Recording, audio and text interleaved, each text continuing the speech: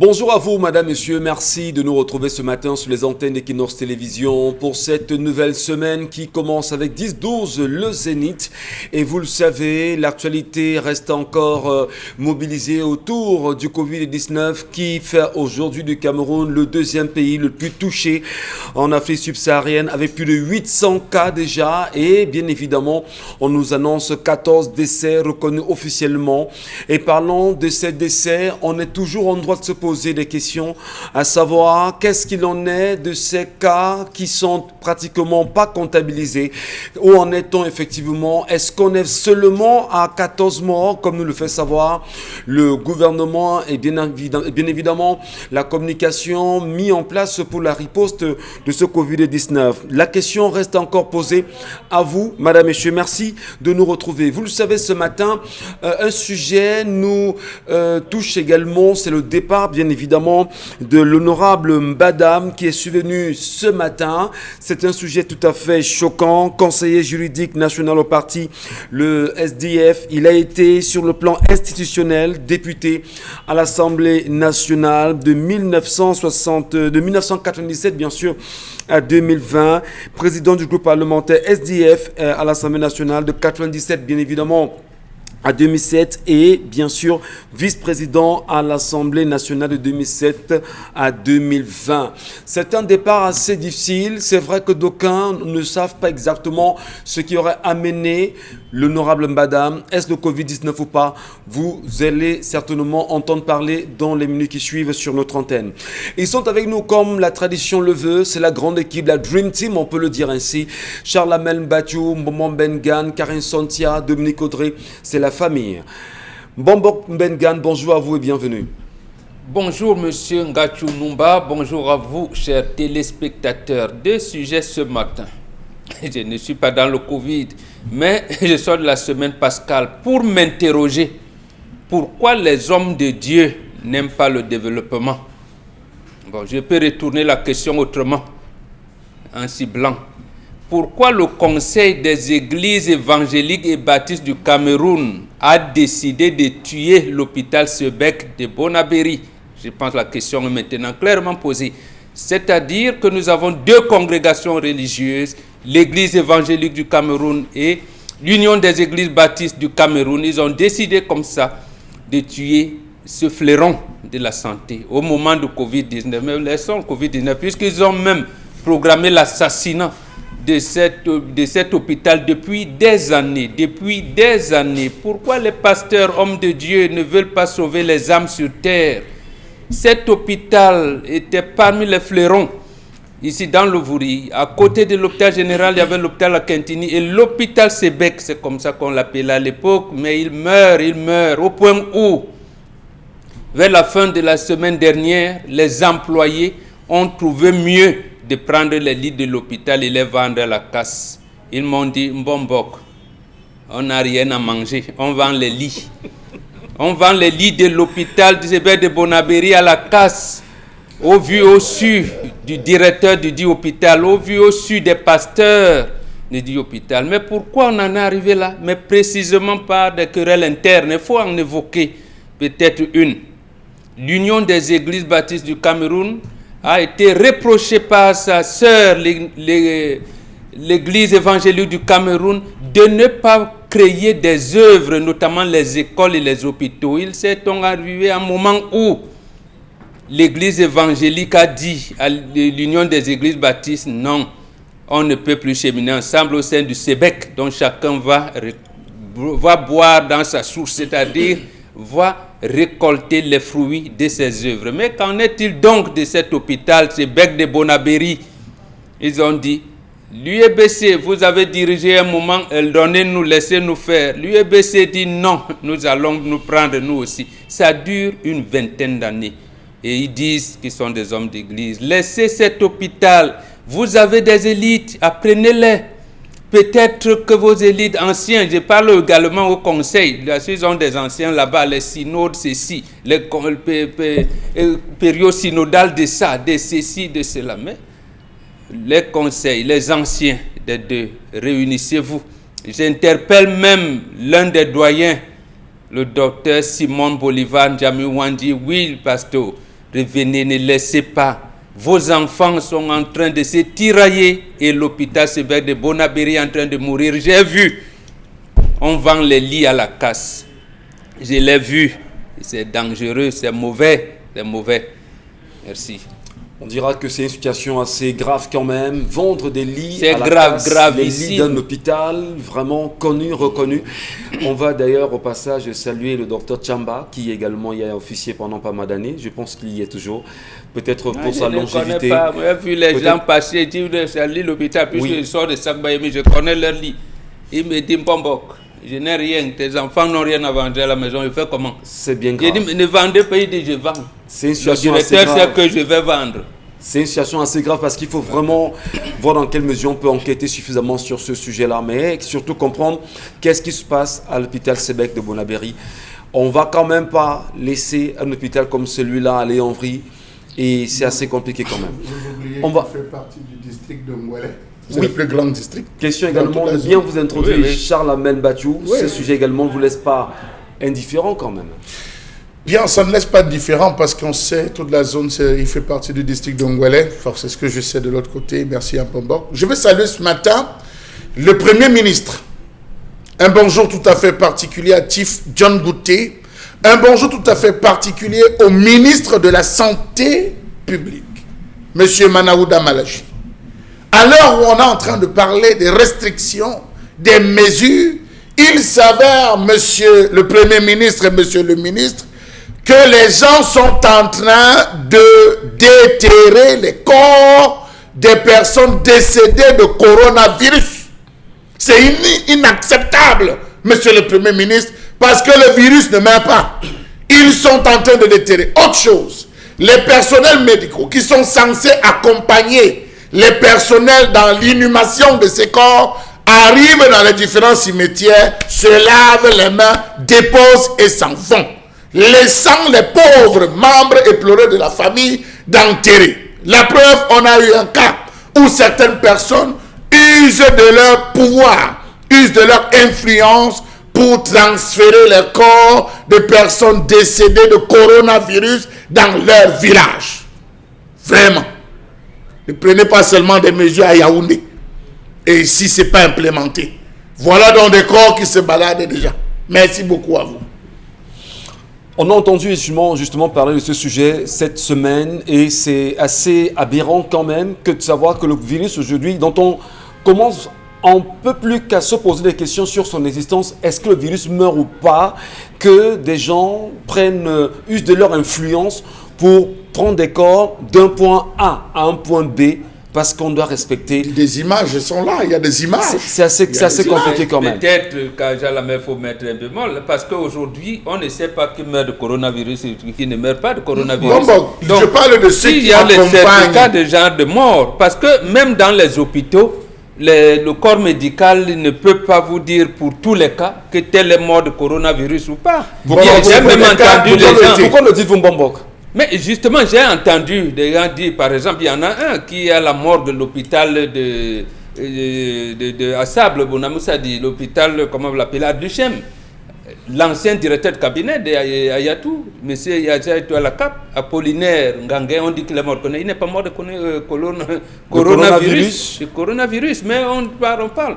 Donc il y a des cas comme ça, des situations comme ça où il y a même un certificat déjà de mort bien établi, mais parce qu'on vous dit, vous avez séjourné dans tel hôpital, donc les autorités administratives vous commettent de vous enterrer ici. Maintenant, même quel que soit le cas, il faudrait que la famille s'approche des services judiciaires pour obtenir le certificat d'inhumation. Bon, je prends le cas d'hier où nous avons des membres, des cadres d'une certaine structure, une plateforme pétrolière qui sont décédés. On les a amenés au bois de Seine. Je prends le cas d'hier. Oui. On a demandé à la famille de faire venir l'ambulance. La famille est venue faire venir l'ambulance. Ils sont arrivés.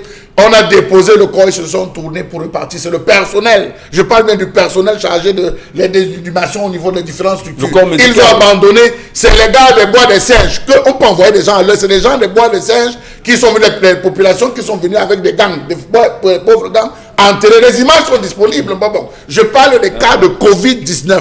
Je ne parle pas d'autres cas, des cas de Covid-19 où ils disent qu'ils ont déjà bien sécurisé le cercueil, vous pouvez enterrer. Non. La faute revient au gouvernement. Qui doit organiser les services de on en reparle, cher monsieur, rassurez-vous. Karine Sontia, bonjour à vous et bienvenue.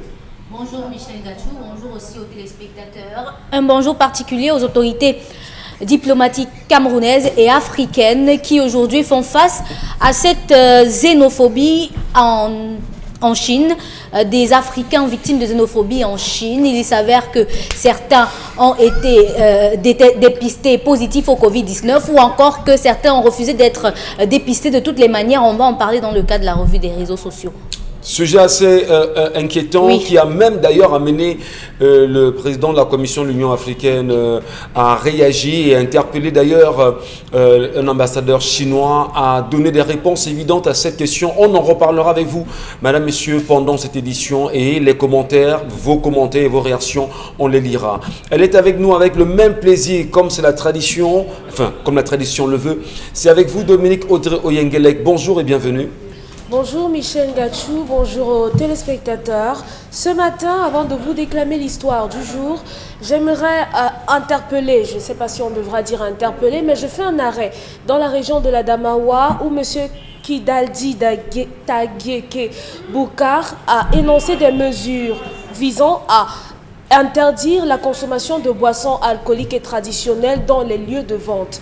Je pense qu'on devrait aller un peu plus loin dans cette région où on n'a pas encore jusqu'ici découvert des cas. Il faudrait peut-être qu'on ferme l'entrée dans ces régions-là.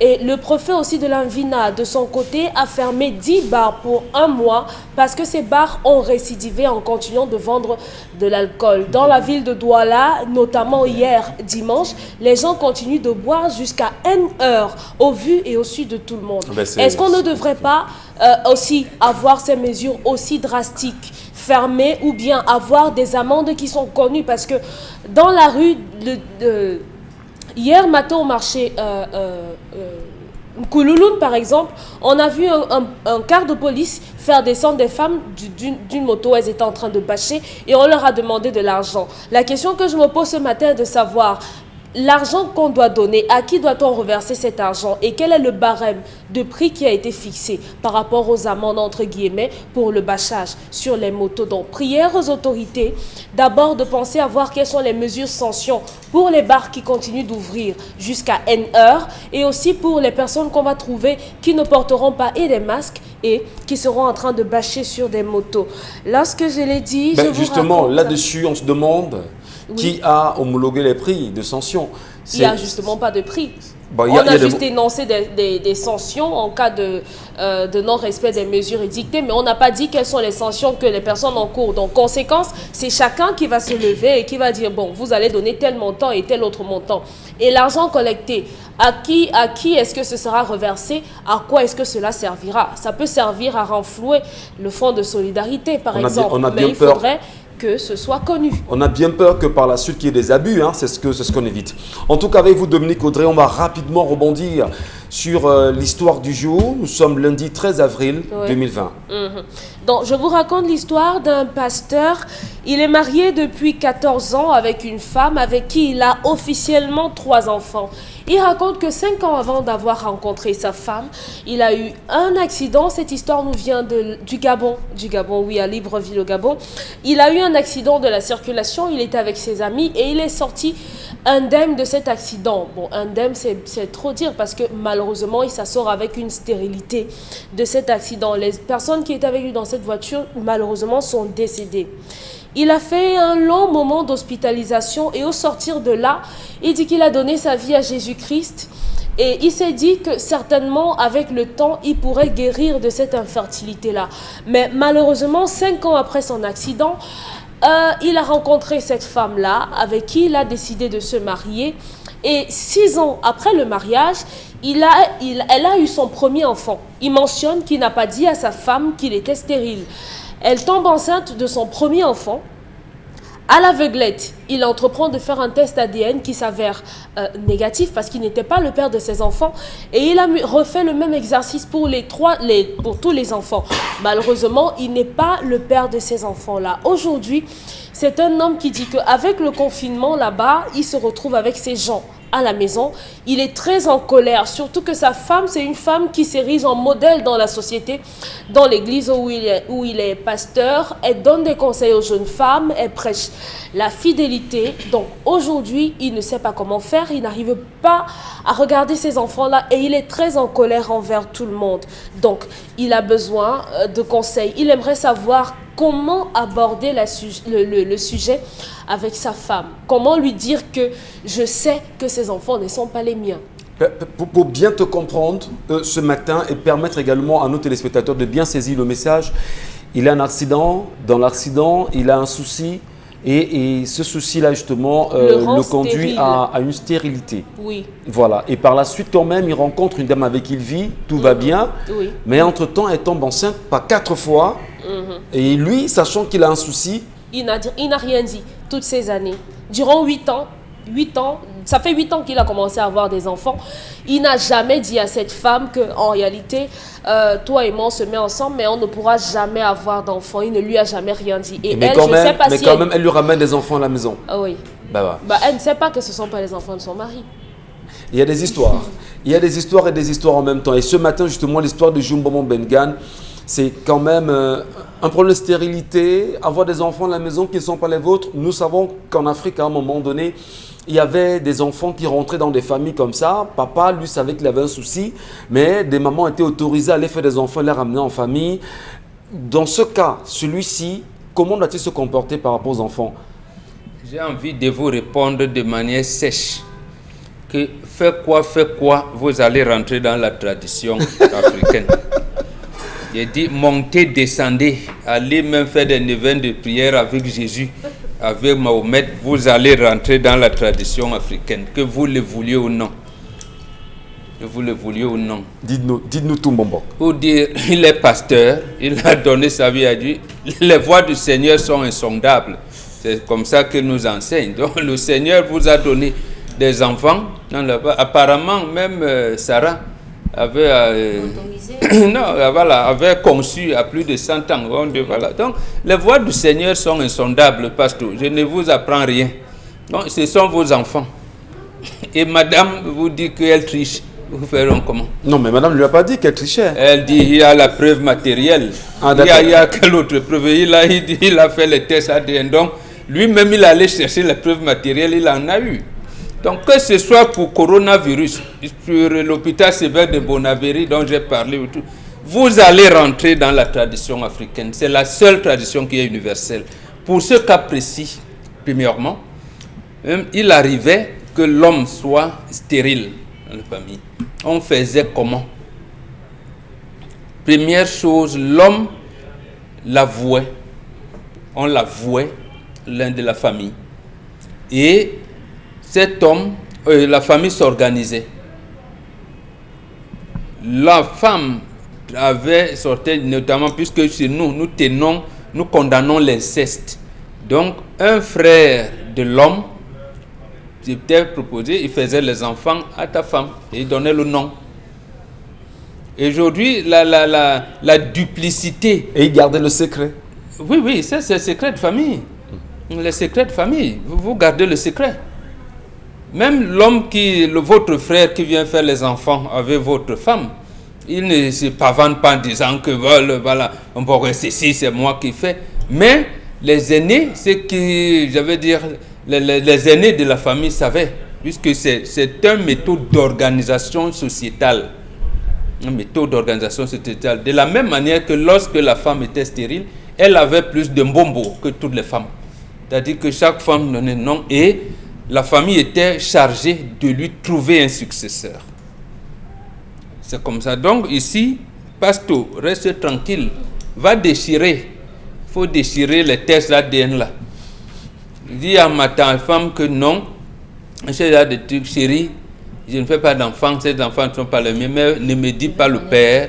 Ne me dis pas qui est le père des enfants. Déjà, l'engagement que nous avons pris pour tromper la société, c'est-à-dire leur dire que Dieu est juste, Dieu est ceci, il faudrait qu'on maintienne jusqu'au bout. Parce que madame est infidèle, vous n'allez rien dire.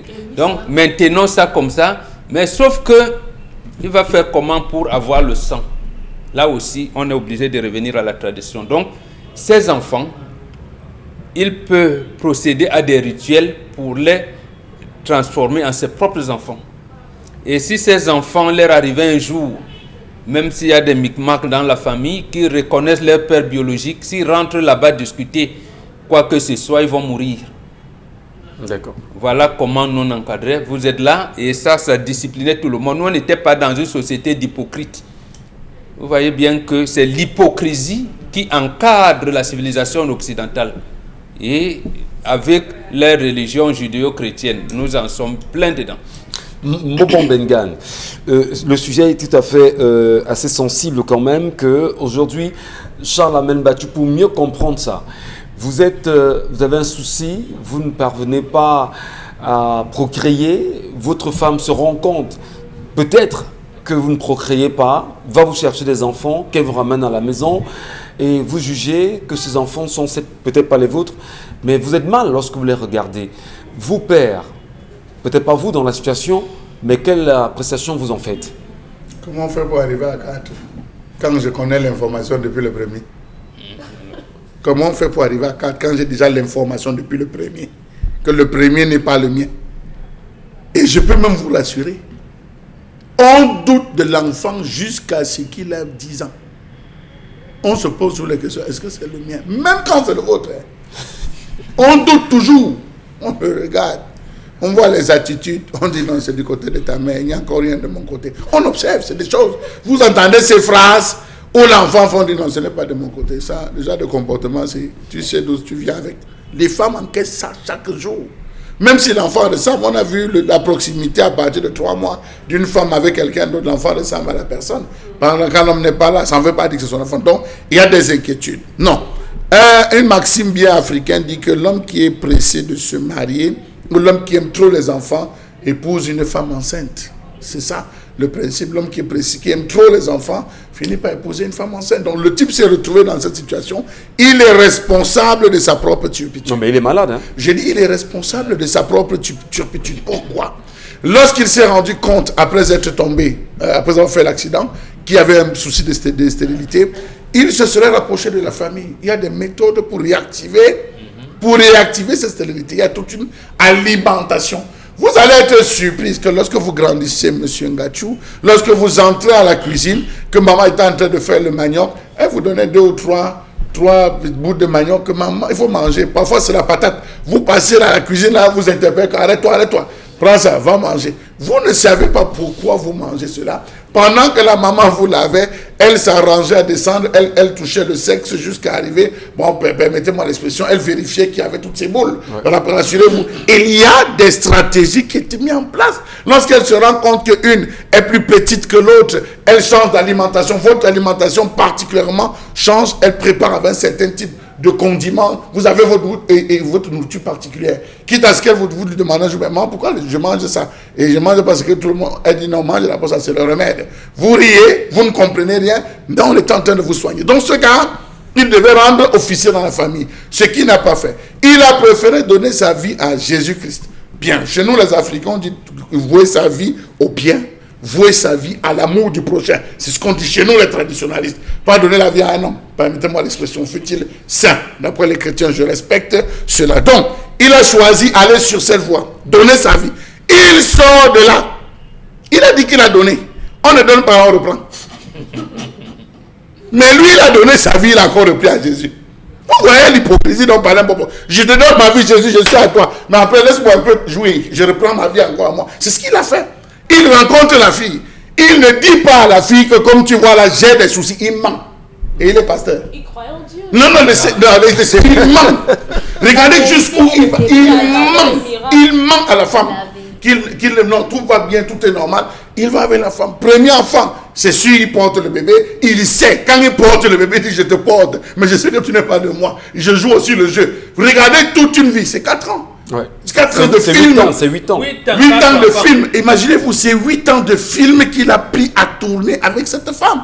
Aujourd'hui, il dit que parce qu'il est confiné, mais je peux vous assurer que le confinement est en train de faire découvrir beaucoup de choses à certains hommes en ce moment, béni soit-il, qui viennent de découvrir pour lui. Mais je lui dirais, en plein confinement, je te répudie. Mais comme il ne peut pas répudier parce qu'il a menti, qu'il assume qu'il assume, il reste avec cette femme, il assume ses enfants et il continue à mentir dans la foi. Il ment, il continue à mentir dans la chrétienté. Il la laisse aussi, elle mentir. Les fidèles, la fidélité paye, ça donne ce que nous voyons. On vous a suivi, cher Lamel. Dominique, on devait nous rappeler son prénom rapidement? C'est tout. C'est vrai que je ne lui ai pas attribué de prénom, D'accord, mais c'est on pas peut grave. l'appeler Désiré. D'accord, merci. Désiré. Non, c'est un pasteur. C'est bon comme Bon, ça. pasteur Désiré, révérend pasteur Désiré. Karine Sontia, est-ce que la femme peut se rendre compte que son mari a un problème parce que certainement elle a testé l'homme, elle s'est rendue compte que ça ne donnait pas et elle s'est dit, bah moi je vais anticiper, advienne que pourra. Mais oui, vous ne pouvez pas embrigader l'avenir de quelqu'un comme ça. Elle sait qu'elle peut avoir d'enfants. Vous savez que vous ne pouvez pas avoir d'enfants et vous ne le lui dites pas. Ce n'est pas à elle de venir vous dire que, mais tiens, tu ne peux pas faire d'enfants. Vous connaîtrez la vérité vous affranchira. C'est lui qui l'enseigne à ses fidèles. C'est Jean qui dit ça. Voilà, donc c'est J'ai lu la Bible un peu. C'est par là que ça commence. C'est quand même un faux couple. Hein. C'est des personnes qui se sont mises ensemble, chacun avec son petit secret. Et l'homme a très très mal fait de se mettre avec une femme sans jamais lui dire la vérité. Raison pour laquelle la femme a trouvé que ce n'est pas nécessaire de lui dire qu'elle le sait. Parce que ce n'est pas qu'elle le sait, parce que les enfants ne sont pas de lui, ça veut dire que la femme a constaté à un moment donné que avec l'homme, si ça ne peut pas aller. Avec lui, ça ne peut pas aller. La femme le trompe même depuis le jour qu'ils se sont mariés. Le gars, elle n'est jamais parti. Parce que en fait, l'histoire est très triste. Au vu de ce que lui, aujourd'hui, il vient nous dire que quand il regarde les enfants, il regarde autrement. Je pense quand même qu'avec la foi qu'il a, ça devrait lui enseigner à aimer les enfants des autres comme les siens. Même comme... Vous voyez la foi où là? Non, je dis, il est pasteur. C'est ça qu'il a mis devant. Il est pasteur, mais est-ce qu'il a la foi? On l'appelle pasteur et par rapport à sa foi chrétienne, il devrait quand même accepter que dans sa maison, il y a des gens qui ne sont pas de son sang. Il n'est même pas le premier. Il n'est pas le premier à élever des enfants qui ne sont pas les siens. Il y a des hommes aujourd'hui qui savent que les enfants de leur femme, mais eux aussi ne veulent pas ébruiter. Parce que ce n'est pas évident de dire à quelqu'un que, en fait, je ne peux pas avoir d'enfants. Tout le monde aimerait en avoir. Tout le monde aimerait avoir des enfants, raison pour laquelle ça reste parfois secret. Je peux comprendre le fait qu'il n'ait pas eu le courage de le dire à sa femme, mais je pense qu'après 14 ans de mariage, quand même, on trouve quand même une manière de pouvoir donner cette information. Donc, aujourd'hui, il ne peut s'en vouloir qu'à lui-même. Il doit aimer ses enfants. Maintenant, c'est une obligation pour lui d'aimer ses enfants. Parce que s'il les déteste aujourd'hui, ce sera grave le retour. Vous ne pouvez pas avoir des enfants que vous avez pris sous votre sein comme les vôtres et un beau jour vous vous levez, vous dites que parce qu'il y a eu le confinement, il a fini par découvrir que je ne les aime pas. Il peut moins s'en parler à sa femme maintenant? Il peut en parler à sa femme juste pour lui faire savoir que je sais. En fait, juste pour lui faire savoir que je sais en fait que... Charles n'est pas d'accord. Non, je dis c'est mon point de vue. Il peut en parler à sa femme pour lui faire savoir que je sais. Parce que, comme Mombo l'a dit tout à l'heure, on évite l'inceste. Non, pas pour divorcer. Est-ce que quand il dit pour qu'il divorce, non, mais qu'il va le dire. Il doit pardonner. Il doit officialiser l'infidélité de la femme. Oui, il officialise, mais il pardonne. C'est aussi ça la parole de Dieu. Il doit pardonner. D'abord, il doit dire la vérité. Parce qu'il faut que les deux sachent qu'on connaît la vérité, nous deux. Et après ça, il pardonne. Chérie, je sais que c'est parce que tu ne savais pas la vérité que c'est passé comme ça. Donc, je te pardonne. On continue à vivre comme avant. Ils peuvent continuer. Justifiant ton acte. Il doit justifier. Parce que c'est lui finalement le coupable. Si la femme savait, si les deux étaient au courant du fait qu'un d'entre eux ne pouvait pas faire d'enfant et que vous veniez avec un enfant pareil, ça allait être légitime qu'ils disent qu'il n'en veut pas, il ne veut pas de cette femme, il ne veut pas des enfants. Il ne peut pas dire aujourd'hui qu'il ne veut pas de la femme, il ne veut pas des enfants. Les enfants portent son nom, donc il ne peut pas dire qu'il ne les veut pas. Charles Hamel justement le dit, Dominique Audry avec vous. On est pasteur, on peut divorcer certainement lorsque ça ne marche plus dans son couple. Interdit, non. Mais écoutez, vous êtes des modèles. Non, nous sommes dans l'un logiciel, c'est interdit là-bas. Ils doivent supporter. Le divorce est interdit. Il doit justement la garder et regarder des enfants avec, enfin on dira autrement. C'est assez compliqué quand même, mais il faut quand même donner un petit conseil à cette dame, Dominique Audry. Est-ce qu'elle devrait elle-même faire le premier pas, dire à son homme, voilà ce que moi-même j'ai fait, question de le rassurer et de rassurer même la communauté religieuse que le couple modèle ne va pas se briser. Ça n'engage pas, vraiment. Ça n'engage pas qui? Non, la communauté religieuse. La vie personnelle la des gens, crainte c'est justement qu'il divorce. personnelle. Et il faut rassurer la communauté religieuse que voilà, c'est un couple modèle quand même. Pour lui qui est révérend pasteur. Je ne sais pas si lorsqu'on devient pasteur ou bien qu'on est femme de pasteur, on arrête d'être humain. Si vous arrivez à comprendre ce que je veux dire par là, vous comprendrez que cette communauté-là doit savoir qu'on a des problèmes quand on est en couple. On n'est pas exempt des querelles, des chamailles et autres là. Moi, je suis pas sûre que cette femme sache réellement que son mari ne peut pas faire d'enfant. Je ne suis pas sûre parce que pour attester de l'infertilité ou de la stérilité d'un membre, d'un partenaire dans le couple, il faudrait qu'on soit préalablement passé par des examens et autres. Donc, s'ils ne les ont pas fait, cette femme ne peut pas savoir que son mari est stérile. Malheureusement, elle n'en sait rien. Maintenant, pour cet homme-là qui a voulu mettre Dieu à l'épreuve en disant je vais à l'église, je vais donner ma vie à Jésus, avec le temps certainement je vais guérir, il a fait une mauvaise chose parce qu'il a hypothéquer la vie de cette femme. Mais l'erreur qu'il a commise, c'est de ne pas se rapprocher des médecins parce que malheureusement aujourd'hui, non, heureusement aujourd'hui, la science permet d'avoir des enfants, même si on a entre guillemets un problème de stérilité. Quel est votre niveau de stérilité? Là, je ne parle plus simplement aux pasteurs. Moi, je parle maintenant aux personnes qui rencontrent ces difficultés dans le couple. Peut-être on vous a dit, vous ne pouvez pas avoir un enfant aussi facilement, mais maintenant, il y a la médecine, il y a la procréation médicalement assistée. Les pasteurs ne font pas ça. Ils devraient. D'abord, ils vont le faire. Ils ne vous le diront pas. Vous savez déjà que toutes ces églises sont personnalisées sur le gourou, qui est le pasteur, et dont la femme représente la déesse, qui est la reine. Donc, divorcer là, c'est provoquer un schisme de l'église. Vous allez voir un gynécologue en disant procréation. Je ne parle pas Poursuivez Dominique Ozon. Je ne parle pas de divorce. Je veux dire que si cet homme aime sa femme et qu'il veut vraiment avoir des enfants, il y a des méthodes pour ça. Peut-être vos canaux déférents ont un problème, mais vos bosses continuent de produire des spermatozoïdes. L'insémination artificielle, c'est possible. Vous pouvez avoir des enfants avec votre femme. C'est à ça que sert l'évolution de la science aujourd'hui. Donc, ne restez pas cantonnés. Ça, c'est pour le pasteur et c'est aussi pour toutes les personnes qui rencontrent des problèmes. Aujourd'hui, jusqu'ici, Jésus n'a pas fait ses preuves. Jésus est un grand médecin. Il a donné sa vie. Jésus lui a donné 4 enfants. Non, ce ne sont pas les siens. Je suis désolée. Ça veut dire que Jésus n'était pas les enfants de Marie et de Joseph? Non, c'est différent. Le débat n'est pas à ce niveau, Charles. Si, ça va nous ramener. Ça veut dire que Jésus lui-même. Ça va nous ramener. Non, le débat n'est pas à ce niveau parce que restons justement dans le cas de Désiré, s'il vous plaît. Que l'inceste nous a donné un sauveur de l'humanité. Allons-y, on va citer Dominique Ozon. Qu'il pardonne parce que c'est de sa faute. Je ne pense pas. Sa femme Joseph a pardonné à Marie. Elle ne l'a pas trompé. Le débat n'est pas à ce niveau. Donc, sa femme a certainement eu des écarts de comportement, mais maintenant on peut lui en vouloir pour ça, parce que s'il avait été honnête dès le départ, ça aurait été à la femme de dire je t'aime et malgré tout je vais être avec toi. Et maintenant il y a les possibilités, il y a l'adoption, il y a un certain nombre de choses. Donc il est important d'être honnête dès le départ. Dites à une femme, moi je suis un braqueur, est-ce que tu es prête à aller avec moi? Moi je suis stérile, est-ce que tu es prêt à aller avec moi? Les femmes aiment les mensonges, les femmes n'aiment pas la vérité. Allez, on vous a très bien suivi.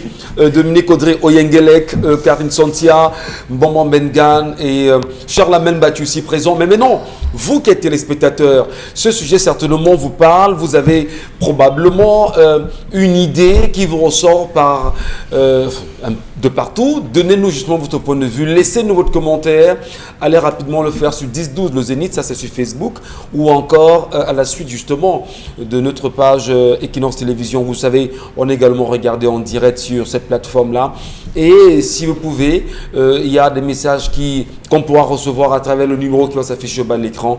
N'hésitez pas à nous laisser bien sûr vos commentaires. Qu'est-ce que cela vous renvoie et quelles sont les solutions que vous, personnellement, vous préconisez. Allez tout de suite, madame, messieurs, allons justement toucher la colère. Celle de ce matin, c'est la colère de Charlamagne Battu.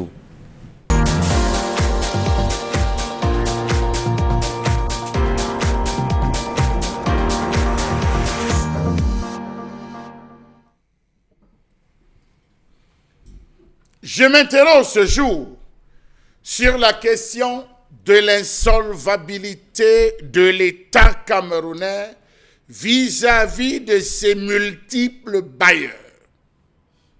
L'État a beaucoup de bailleurs, surtout dans les coins reculés. Peut-on dire à ce jour que l'État est à jour dans le paiement de ses loyers vis-à-vis de ses multiples bailleurs? Telle est la question qu'on est appelé à se poser. Comment comprendre que certaines autorités administratives affectées dans certains coins reculés du Cameroun prennent en location des logements de certaines élites, de certaines personnes, de certains habitants qu'elles ne payent pas? Par la suite, sous le fallacieux prétexte qu'il n'y a pas de l'argent dans les caisses, ce n'est pas passé. On a vu des sous-préfets, on a vu des préfets, on a même vu certains directeurs se retrouver à bagarrer avec leurs différents bailleurs parce qu'ils ont loué des maisons au compte de l'État pour des agences, pour des différentes structures, mais jamais ils n'ont versé de l'argent. Comment comprendre que certaines structures parapubliques s'arrangent à louer des domiciles de certaines personnes sans toutefois penser payer le loyer, encore moins s'occuper de la maintenance?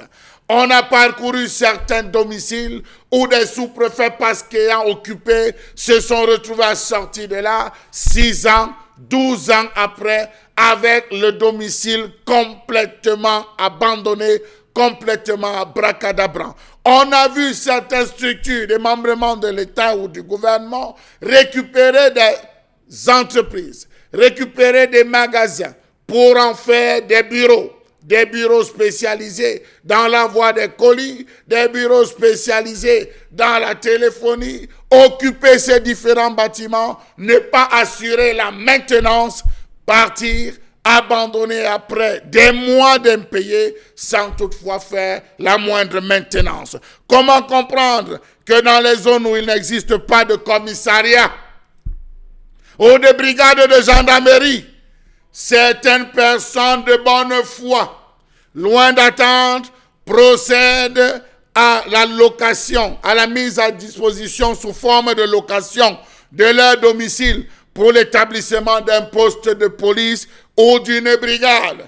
Non seulement l'argent ne vient pas, mais en plus des multiples sommations de libérés trouvent un silence méphistophélique.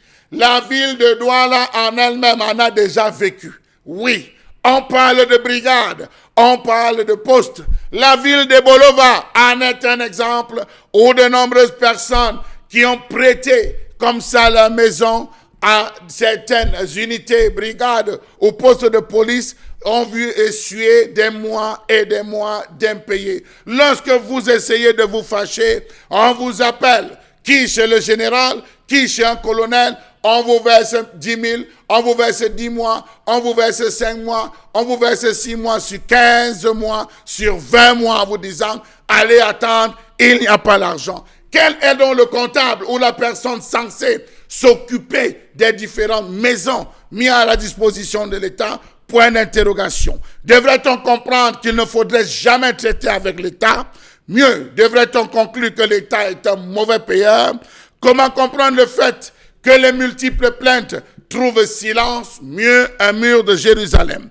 Savez-vous que de nombreuses personnes sont décédées sans pouvoir entrer en possession de l'argent de leur loyer parce que c'était l'État? Ils ont refusé le personnel, mais ont préféré traiter avec l'État. Non, non et non, l'État n'a pas besoin de ça. Savez-vous que dans de nombreux cas, force a été de constater que l'argent était régulièrement viré, mais détourné par les chefs d'agence pour ce qui était des différentes structures parapubliques ou l'autorité administrative en elle-même qui s'arrangeait à percevoir les indemnités de logement, elle perçoit tranquillement et fonctionne comme si de rien n'était. Rappelons-nous que Gounouko Aounai, lui-même président du conseil d'administration de l'autorité portuaire, avait été mis en demeure de quitter son logement dont le loyer fixé à 900 000 francs CFA était impayé depuis 2015. Rappelons-nous du cas de Bengono Janvier, qui avait loué sa maison 12 ans à un sous-préfet, de ce côté de l'Est Cameroun. Il a dû finir avec des coups de poing, être enfermé à Bertois juste parce qu'il réclamait sa maison qu'il avait louée. Il a dit même avec l'argent parti. Rappelons-nous du cas de M. Nangwadou, Janvier, qui lui aussi avait donné sa maison de ce côté du Mbam. Prenez la maison, c'était l'autorité, mais hélas, on lui a dit, les indemnités de logement n'arrivaient jamais. Rappelons-nous du cas de cette pauvre veuve, Ngouabédé Tientieux Jeanne d'Arc, qui a été rabouée plusieurs fois dans les services de Kamwata sous l'actuel directeur alors qu'elle réclamait le paiement de près de 60 trimestres impayés de son loyer de sa maison, transformé en agence SNEC, puis Kamwata depuis 1983, là-bas, à Bafia. Rappelons-nous de cette grosse crise qui avait entaché la notoriété de certains membres de la présidence de la République, accusés de filouterie de loyer à Bastos, Odia, Titi Garage et j'en passe. Il n'y a pas d'indemnité de logement. Constat effectué et enquête menée, tout était payé, mais on ne parvenait pas à régler. Rappelons-nous que l'ex-directeur de Camerco, Ndex Dikoum, avait été accusé de filouterie de loyer au moment même où son bailleur lui réclamait des impayés de 150 millions de nos francs CFA à l'ancien siège Camerco. Donc il faut dire que c'est une affaire qui touche véritablement tous. Désormais on a peur. Peur de traiter avec l'État, peur de prêter ce logement à l'État parce que l'État est un mauvais payeur. La colère de Charles Hamel Battu ce matin. Ah ben, je vais d'ailleurs dire que dans cette colère, le mot Méphistophéles. Ah. Méphistophélique. Bah, il y en a qui n'ont pas compris ce que ça veut dire. Hein. Ah, Méphistophélès, c'était quelqu'un qui était très méchant. Ah, Méphistophe. Donc, vous pouvez consulter dans le... D'accord. En tout cas, c'est bien justement de faire cette recherche-là. Mais dire quand même, Bonbon Bengan, que la situation que Charles Hamel Battu décrit ce matin est assez grave quand même. Et on est en droit de se demander, mais qui doit construire les bâtiments de l'État? L'État a un ingénieur. À notre époque, on l'appelait ministère de l'équipement. Aujourd'hui, apparemment, on l'appelle ministère des Travaux publics. C'est l'ingénieur de l'État. Qui le fait ou pas? Je ne sais pas. Je sais qu'on ne construit rien. Et je sais également que ce qu'on a construit hier, je ne suis pas, j'allais dire, je ne me suis pas approché des services de la comptabilité matière pour savoir si l'État connaît même ses loyers, son logement dans le sein du territoire national. Je ne sais pas, mais j'imagine quand même qu'il existe un fichier et qu'ils savent, ils peuvent répertorier les biens immobiliers de l'État. Mais une chose est sûre dans ce que Charles Hamel a dit, l'État est un mauvais payeur. L'État est un mauvais payeur. D'abord, pour les grandes entreprises, vous voyez, il y a 2 anciens directeurs de la CRTV qui sont en prison. Van Moulke voilà. Et Mendozé. Pour la gestion, parce que précisément, les agents de l'État ne reversent pas convenablement les redevances audiovisuelles. On les amène à signer des conventions en disant « Ah oui, quand vous voulez payer les salaires, 1,30, nous on n'a pas encore, bon, là, on fait une compensation, on tourne, voilà et tout. Donc, et vous, finalement, vous rendez compte qu'il y a un piège. Il y a un piège. La Sonara, avant l'incendie, c'est comme ça, même sous Bernard Reding, il y avait, l'État ne paye pas. La Sonara doit acheter le pétrole brut, raffiner et revendre. Il y a plein de clients comme ça. D'abord, l'État lui-même n'honore pas ses factures. Il procède à des compensations en disant « Ah oui, on te permet, comme il y a des sous-traitants qui viennent, et vous, à l'époque, on appelait ça la taxe sur le chiffre d'affaires, TCA, qui est devenu taxe sur la valeur ajoutée, TVA. Bon, vous détenez à la source, on pourra faire les compensations, on pourra. C'est comme ça que ça se fait. Avec la Sonel, AIS Sonel, où est Néo aujourd'hui, si ces entreprises se mettent à vous dire les ardoises que l'État n'a pas payées, vous allez gratter la tête. Il y a eu le cas à un moment donné de Camtel qui a demandé à arrêter a coupé justement la ligne à l'État. Mais il a Madame fallu justement qu'il y ait des interventions. a coupé les lignes téléphoniques à certaines structures de l'État. Ouais. Elle a, pardon, Qui ne elle a paye pas. été, oui, elle a été amenée à couper la connexion Internet et autres. Elle dit il faut payer. Si vous regardez les bâtiments de la SOPECAM actuelle, vous allez vous rendre compte qu'il y a des bâtiments en briques et certains autres en planches. Dans les années 73-74, quand on a créé Cameroun Tribune en 74, donc il était question de faire la promotion des matériaux locaux, y compris même les cités sikh, mais jamais du tout. Madame Tindje, qui est l'actuel recteur de l'université de Ngaoundéré, était restée là longtemps. Elle a les matériaux locaux et il n'y a pas de preneur. Elle dit mais venez. L'État lui-même oublie qu'il a créé une structure qui doit faire la promotion des matériaux locaux. Bien dommage. Donc Camerco, Camer hier, Camerco aujourd'hui. Mais les gars qui viennent prendre Air France, tout ça, ils payent cash. Quand ils viennent à Camerco, ils viennent avec les bons. On transmet et tout. Voilà, donc l'État est un mauvais payeur. Je ne sais même pas comment les gens s'en sortent lorsqu'ils disent que nous avons les bons de tout ça. Même les centimes additionnels qu'il faut payer. Les centimes additionnels communaux, je ne sais pas si les maires qui viennent, les exécutifs communaux qu'on vient de mettre en place ont déjà perçu le dernier trimestre de l'année dernière, puisque quand les autres partaient, il n'y avait rien. Donc c'est très grave. Dominique Oyengelek, en écoutant Mbombo Bengan aujourd'hui, mais surtout sur ce sujet qui est assez sensible, est-ce qu'on n'a pas le sentiment que véritablement la corruption dont on fait écho tous les jours en demandant à trouver des solutions évidentes, on serait vraiment investi là-dedans en observant que l'État lui-même soit le mauvais payeur, l'État qui est censé être l'exemple bien sûr. Oui, l'État est censé être l'exemple, mais malheureusement, dans ce cas, on ne le voit pas. Monsieur Mbachu a mentionné dans sa colère que les quelques fois où on a essayé de savoir si effectivement l'argent était reversé, et oui, parfois ça a été reversé, et les personnes qui avaient l'argent censé payer leur bail à leur tour ne le faisaient pas. Allez savoir pourquoi. Est-ce que lorsque l'État prend en location un appartement pour en faire office de commissariat, est-ce que c'est au commissaire de ce commissariat-là d'aller payer normalement le loyer? Je ne sais pas si ils ont le droit de manipuler de l'argent comme ça.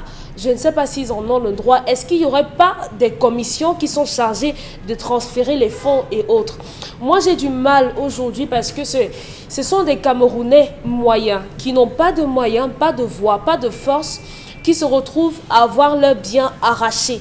On se souvient qu'en 2008 déjà, il y a eu une affaire autour d'un conseiller à l'ambassade du Congo aussi qui avait ce problème-là avec une maison au niveau de Chinga qui n'aurait pas payé pendant des mois. Comment est-ce qu'un citoyen lambda aura la possibilité de se défendre? Aujourd'hui, on sait qu'en son article 322, le code pénal condamne la filouterie de loyer. Mais malheureusement, on se rend compte que sur le terrain, oui, est-ce que vous aurez la possibilité lorsque vous avez 2 mois d'aller vous plaindre? Vous allez vous plaindre contre l'État devant qui? Est-ce que vous pourrez? Malheureusement pas. Mais est-ce que si un Camerounais décide de ne pas donner son espace à l'État, on dira qu'il est anti-patriote, alors que précédemment, il y a des histoires et des expériences qui montrent qu'ils en sont sortis abusés, malheureusement, par cet État-là. Très bien. On vous a très bien suivi là-dessus. Et déjà, merci pour la petite précision, Dominique Audrey. Mais on est quand même en droit de se demander si, avec vous, Karine Santia, en regardant justement cette attitude-là, vous êtes une dame, par exemple, est dans le MBAM, elle a son loyer, enfin, elle a sa maison, qu'elle fait louer justement à une entreprise depuis 1983. C'est 37 ans de vie. C'est assez compliqué quand même que l'on soit là, l'État qui est censé vous encadrer. Mais est-ce qu'on n'est pas là dans la vie des loups? C'est-à-dire qu'entre les loups, on se déchire entre nous. Alors que la jungle, alors que l'État, qui est le parapluie social, est censé, enfin, l'État et la loi, avec son parapluie social, est censé vous encadrer. Le loup, c'est qui? Mais le loup, c'est bien sûr l'État qui est le mauvais payeur, qui se saisit justement du bien d'autrui, enfin du bien de l'individu et ne veut pas justement payer. Non, c'est la vie d'un loup qui veut régner tout seul, c'est tout. Il ne mange personne, parce que la seule personne dans tout ça, la seule personne qui perd dans tout ce vacarme-là, c'est le citoyen. C'est l'individu lambda, c'est celui qui est le propriétaire du terrain qui a été loué par l'État, c'est celui qui est le propriétaire de la maison qui a été louée par un fonctionnaire. Est-ce que vous savez qu'à un moment dans cette ville, même les propriétaires de maisons refusaient aux policiers de louer, de donner leur maison aux policiers? Est-ce que vous le savez? Parce que ces personnes étaient réputées mauvais payeurs. Et lorsque vous tentiez un peu de faire du bruit, vous amenez, ils vous fermaient un peu 2 jours avant que vous rentriez. À un moment donné, c'était comme ça, dans cette ville de Douala. Et ce qui revient encore à tout ce qu'on vit aujourd'hui, même auprès de l'OMS l'année dernière, l'État a pris beaucoup de temps pour pouvoir payer ses cotisations. L'État du Cameroun a du mal à respecter les délais. Vous ne le savez pas. Ça veut dire que l'État n'a pas l'argent. L'État du Cameroun a du mal avec les délais. C'est 60 jours pour respecter un délai au Cameroun, mais parfois ça va à plus, parfois à 1 an, parce que ils ont même prolongé à 90, ça c'est avec la SEMAC, ça c'est avec la SEMAC, mais jusque-là, ils ne respectent pas. Ça devient vitam aeternam. Est-ce que vous savez qu'il y a des entreprises aujourd'hui au Cameroun qui réclament de l'argent depuis peut-être 6 mois à l'État du Cameroun, à partir de certains marchés que ces PME ont réalisés pour l'État du Cameroun, mais l'État du Cameroun n'a jamais pu rembourser leurs dettes. Il y a Non, il y a des PME qui ont fermé. Qui ont fermé à cause des dettes. Parce que l'État ne paye pas. N'a pas payé. On se souvient d'ailleurs, c'est vrai que la poste centrale, la poste n'a pas fermé, mais on sait tout ce qui s'est passé. Mais ce qui est quand même dommage, c'est qu'on vous dit que l'État paye toujours ses dettes. Non, ça c'est le jour où l'État a payé une certaine partie, qu'on fait ce rendement médiatique pour vous dire que l'État paye toujours ses dettes, mais l'État du Cameroun est endetté. L'État du Cameroun est endetté envers l'État. Les ex-employés des sociétés publiques et parapubliques peuvent nous lancer le feu là. Voilà, l'État du Cameroun ne paye pas ses dettes. C'est pourquoi vous voyez que, j'ai parlé de 60%. 60% des PME camerounaises réclament de l'argent à l'État du Cameroun. Et l'État du Cameroun n'a pas encore pu rembourser jusqu'aujourd'hui. Au Cameroun, même Eneo réclame de l'argent à l'État du Cameroun, plus de 100 milliards. Absolument. Plus de 100 milliards de francs CFA. C'est pourquoi vous avez vu à un certain moment, on a vécu des délestages ciblés par zone ici. C'était pour compenser un peu. Parce qu'eux n'ont pas les couper de l'électricité. Non, c'était peut-être pour faire chanter. Non, pas pour faire chanter, mais pour compenser. Parce qu'on voit qu'on ne peut pas couper l'électricité au ministère qui n'a pas payé l'électricité. Nous, les citoyens lambda, on doit nous couper pour compenser là-bas. Le problème, c'est que Eneo est arrivé jusqu'à couper le courant énergique dans les camps militaires. Et l'État n'a rien dit. Parce que l'État, c'est ce qu'il a fait.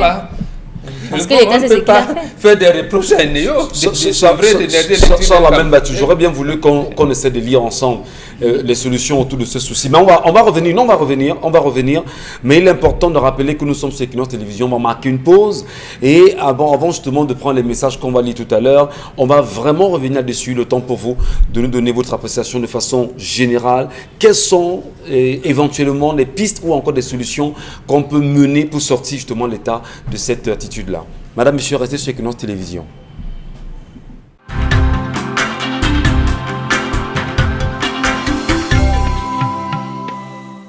De retour sur 10-12, le Zénith. Madame, monsieur, merci de nous retrouver. Et vous le savez, c'est quand même assez embêtant que de parler des sujets qui, à un moment donné, peuvent sembler être anodins, mais c'est des réalités que des gens vivent au quotidien. Et nous nous posons encore la question de savoir comment vivre dans une maison pendant 37 ans et ne pas payer alors qu'on est justement l'État. Comment est-ce qu'on peut expliquer ça? C'est assez compliqué. Michel Amen Bachou, on a justement voulu avec vous comprendre quelles sont, en quelque sorte, des solutions éventuelles qu'on peut apporter à ça. Comment interpeller l'État à être sérieux? Quelles sont les possibilités que vous avez, puisque l'État a tout? L'État a tous les moyens. On a tous été d'une quelconque manière que ce soit victime de cela. Je vous ai pris le cas, prenons par exemple même le cas pour ceux qui ont connu cette histoire du commissariat, l'ancien commissariat 7e, là où il était positionné avant. Si vous ceux qui savaient au niveau de New Deido, ils connaissent toute l'histoire qui a tourné. La brigade même de gendarmerie de Deido, qui était d'abord à Bonateki. Je prends le cas peut-être récent, Bonateki, avec comment est-ce que ce monsieur a fait pour pouvoir récupérer son domicile avant que ça aille au niveau du pont, quand on construisait l'ancienne route, la route, le pont du Vouri, et que ça parte du pont du Vouri maintenant pour se retrouver au niveau d'Agit. C'est comme ça que vous allez vous rendre compte qu'il y a des gens qui veulent bien qui veulent bien parce que dans le coin, il y a une insécurité, et qu'il y a, on dit, bon, comment est-ce qu'on peut résoudre? On n'a pas de police, il va discuter, il dit, bon, voilà, j'ai un domicile, je suis encore en ville, je me débrouille en ville, je peux vous prêter mon domicile, une aile de mon domicile, vous pouvez gérer. Selon, on fait résider peut-être le commissaire ou le chef de poste qui reste, on met l'avant, on fait des cellules et tout, on aménage le domicile, on vous verse quelque chose, ça c'est clair, dès les premiers jours, on vous verse quelque chose, mais après, vous prenez votre retraite, vous allez voir en disant que les gars, j'ai appris ma retraite, je vais rentrer au village. On dit que non, c'est un décret. C'est un décret. C'est par un décret qu'on a créé ici. On n'est pas venu s'installer comme ça au hasard. Il faudrait que la même personne qui a décrété puisse modifier. Vous allez vous retrouver dans des montées, descentes, discussions, aller à gauche. Toutes les personnes que vous allez rencontrer vont vous dire vraiment, je regrette pourquoi j'ai donné mon domicile, je regrette. Et c'est comme ça. Vous allez voir, ce n'est pas la personne en elle-même qui est le sous-préfet, son nom qui est marqué sur le contrat, non. C'est la sous-préfecture, c'est la préfecture. On a un cas pareil à Bazou, on a connu un cas pareil à Bazou. Oui, on ne peut pas prendre des cas individualisés. On aurait peut-être voulu justement en parler. Non, on ne peut pas prendre des cas individualisés. C'est pas le seul, il y en a plein. Il y a eu plein, je vais le dire comme ça, dans toutes les régions, que ce soit à l'Est, dans le Sud, dans le Mbam, c'est partout, les gens se plaignent. Mais il faudrait un temps soit peu que l'État pense à régler. S'il y a des virements, qu'on s'arrange à ce que les virements, les indemnités de logement qui sont versées à toutes ces personnes, parce qu'il y a beaucoup de coins où l'État n'a pas de maison. Ça, c'est la faute du domaine du ministère du domaine. C'est le ministère du domaine qui connaît où sont les... On sait que si il y a un sous-préfet, parce qu'il y a, on va dire, des zones, il y a eu un nouveau découpage administratif. Depuis ce nouveau découpage administratif, on n'a pas pensé qu'il fallait construire des maisons. Vous avez des villes où les anciens qui étaient là refusent de libérer les maisons. Parce qu'il y a aussi ça, les anciens qui étaient là refusent de libérer les maisons. On l'a rien enlevé, mais ils préfèrent rester dans la maison. Conséquence, celui qui arrive ne peut pas aller jeter son prédécesseur dehors. Qu'est-ce qu'il fait? Il se cherche d'abord dans une maison. L'État est connu. L'État connaît que nous avons un domicile à tel, mais c'est occupé par X. C'est à l'État de voir, de faire l'État l'inventaire de son patrimoine et de dire, ok, il y a des gens qu'on a enlevés qui ne sont pas sortis, il faut les chasser. Nous avons un nouveau personnel qu'on affecte, il faudrait que les gars trouvent. Mais à côté de ça, il y a toujours les indemnités de logement qui sont vidées. Mais pourquoi ceux qui sont là ne règlent pas, ne l'acceptent pas régler? Vous avez des structures, je vous ai pris le cas aujourd'hui de l'agence de Bafia, je peux vous prendre le cas de plusieurs, toutes ces structures, que ce soit dans l'énergie, que ce soit dans des zones là où ils arrivent, ils n'ont pas construit, ils louent. Ils vont louer des domiciles, mais seulement au fond, au finish, ils ne payent pas, les gars se retrouvent à avoir des problèmes. Pourtant, c'est l'État et l'État de l'argent. De la même façon que ces agents se réclament de l'argent à l'État, en disant que l'État ne paye pas ses factures, d'autres ne payent pas. De la même façon, ils ont aussi des bails à qui eux-mêmes ne le versent pas. Ça fait en sorte qu'aujourd'hui, les gens se passent le mot. Vraiment, si les gars de l'administration arrivent, ne donnez pas vos maisons. Donc c'est un peu ça. Et c'est grave parce que c'est différents préfets, c'est différents sous-préfets. Il y a plusieurs cas, vous pouvez faire le tour des différents tribunaux. Plusieurs cas où quand le gars vient, c'est le préfet qui lui dit que mets encore tes pieds ici, là, va à Yaoundé. C'est Yaoundé qui va te payer. Tu mets encore tes pieds ici, je te fais une garde à vue administrative. Voilà un pauvre monsieur qu'on a retraité, qui est retraité, qui débat, qui va rencontrer le préfet. Je vous ai donné de bon cœur. Pourquoi même payer un peu? Pourquoi même restituer mon billet? On le prend, on le fout en cellule. Et voilà autant d'abus qui sont faits par l'État. Non pas parce qu'il n'y a pas d'argent. Il y a l'argent qui est viré, mais ceux-là, ils s'asseyent dessus tranquillement. Non, il faut dire au quartier, ils ont le mauvais cœur. Les agents de l'État ont le mauvais cœur. Il faut dire les choses comme ça. Mais écoutez, au-delà d'avoir le mauvais cœur, bon benga, mais il faut une solution à ça quand même.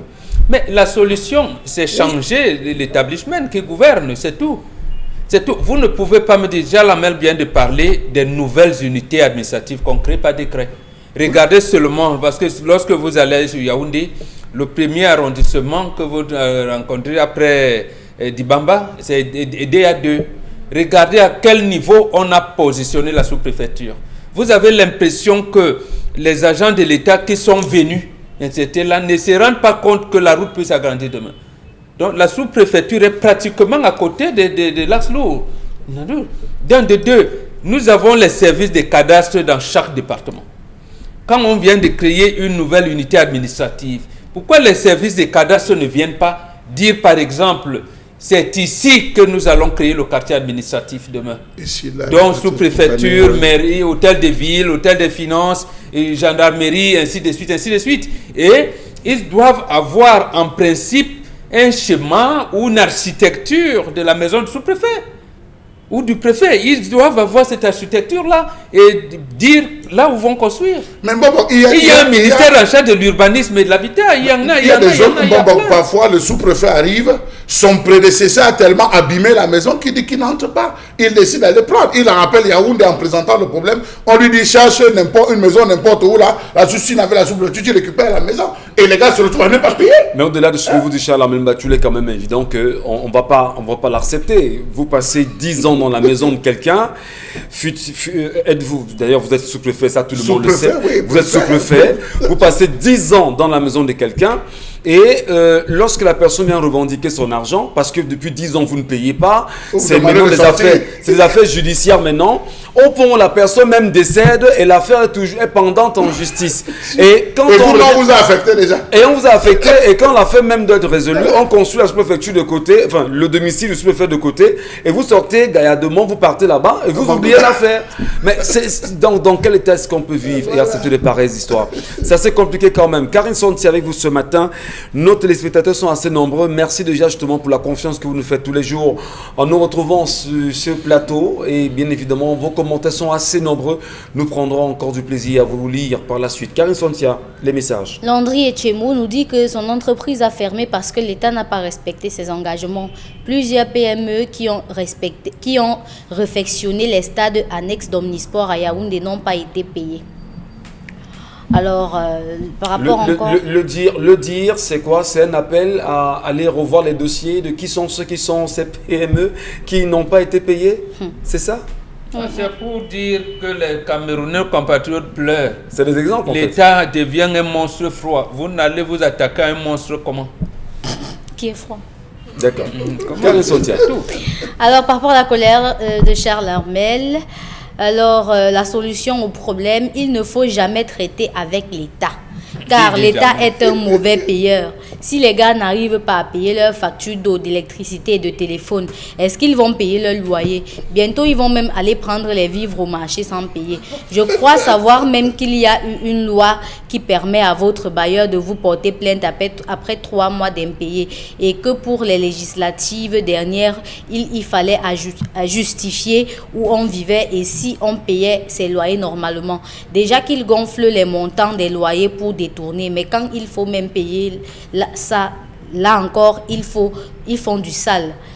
Je conclue en disant que désormais, on a peur de traiter avec l'État. Et moi, je dis, ce pays fait peur. Tony Franta. Non, en une seconde, justement, par rapport à ces élections législatives municipales de février dernier, l'État a procédé au braquage des citoyens. Ça veut dire? Je dis bien braquage. On a institué une taxe foncière que vous devez, tous les candidats devaient payer.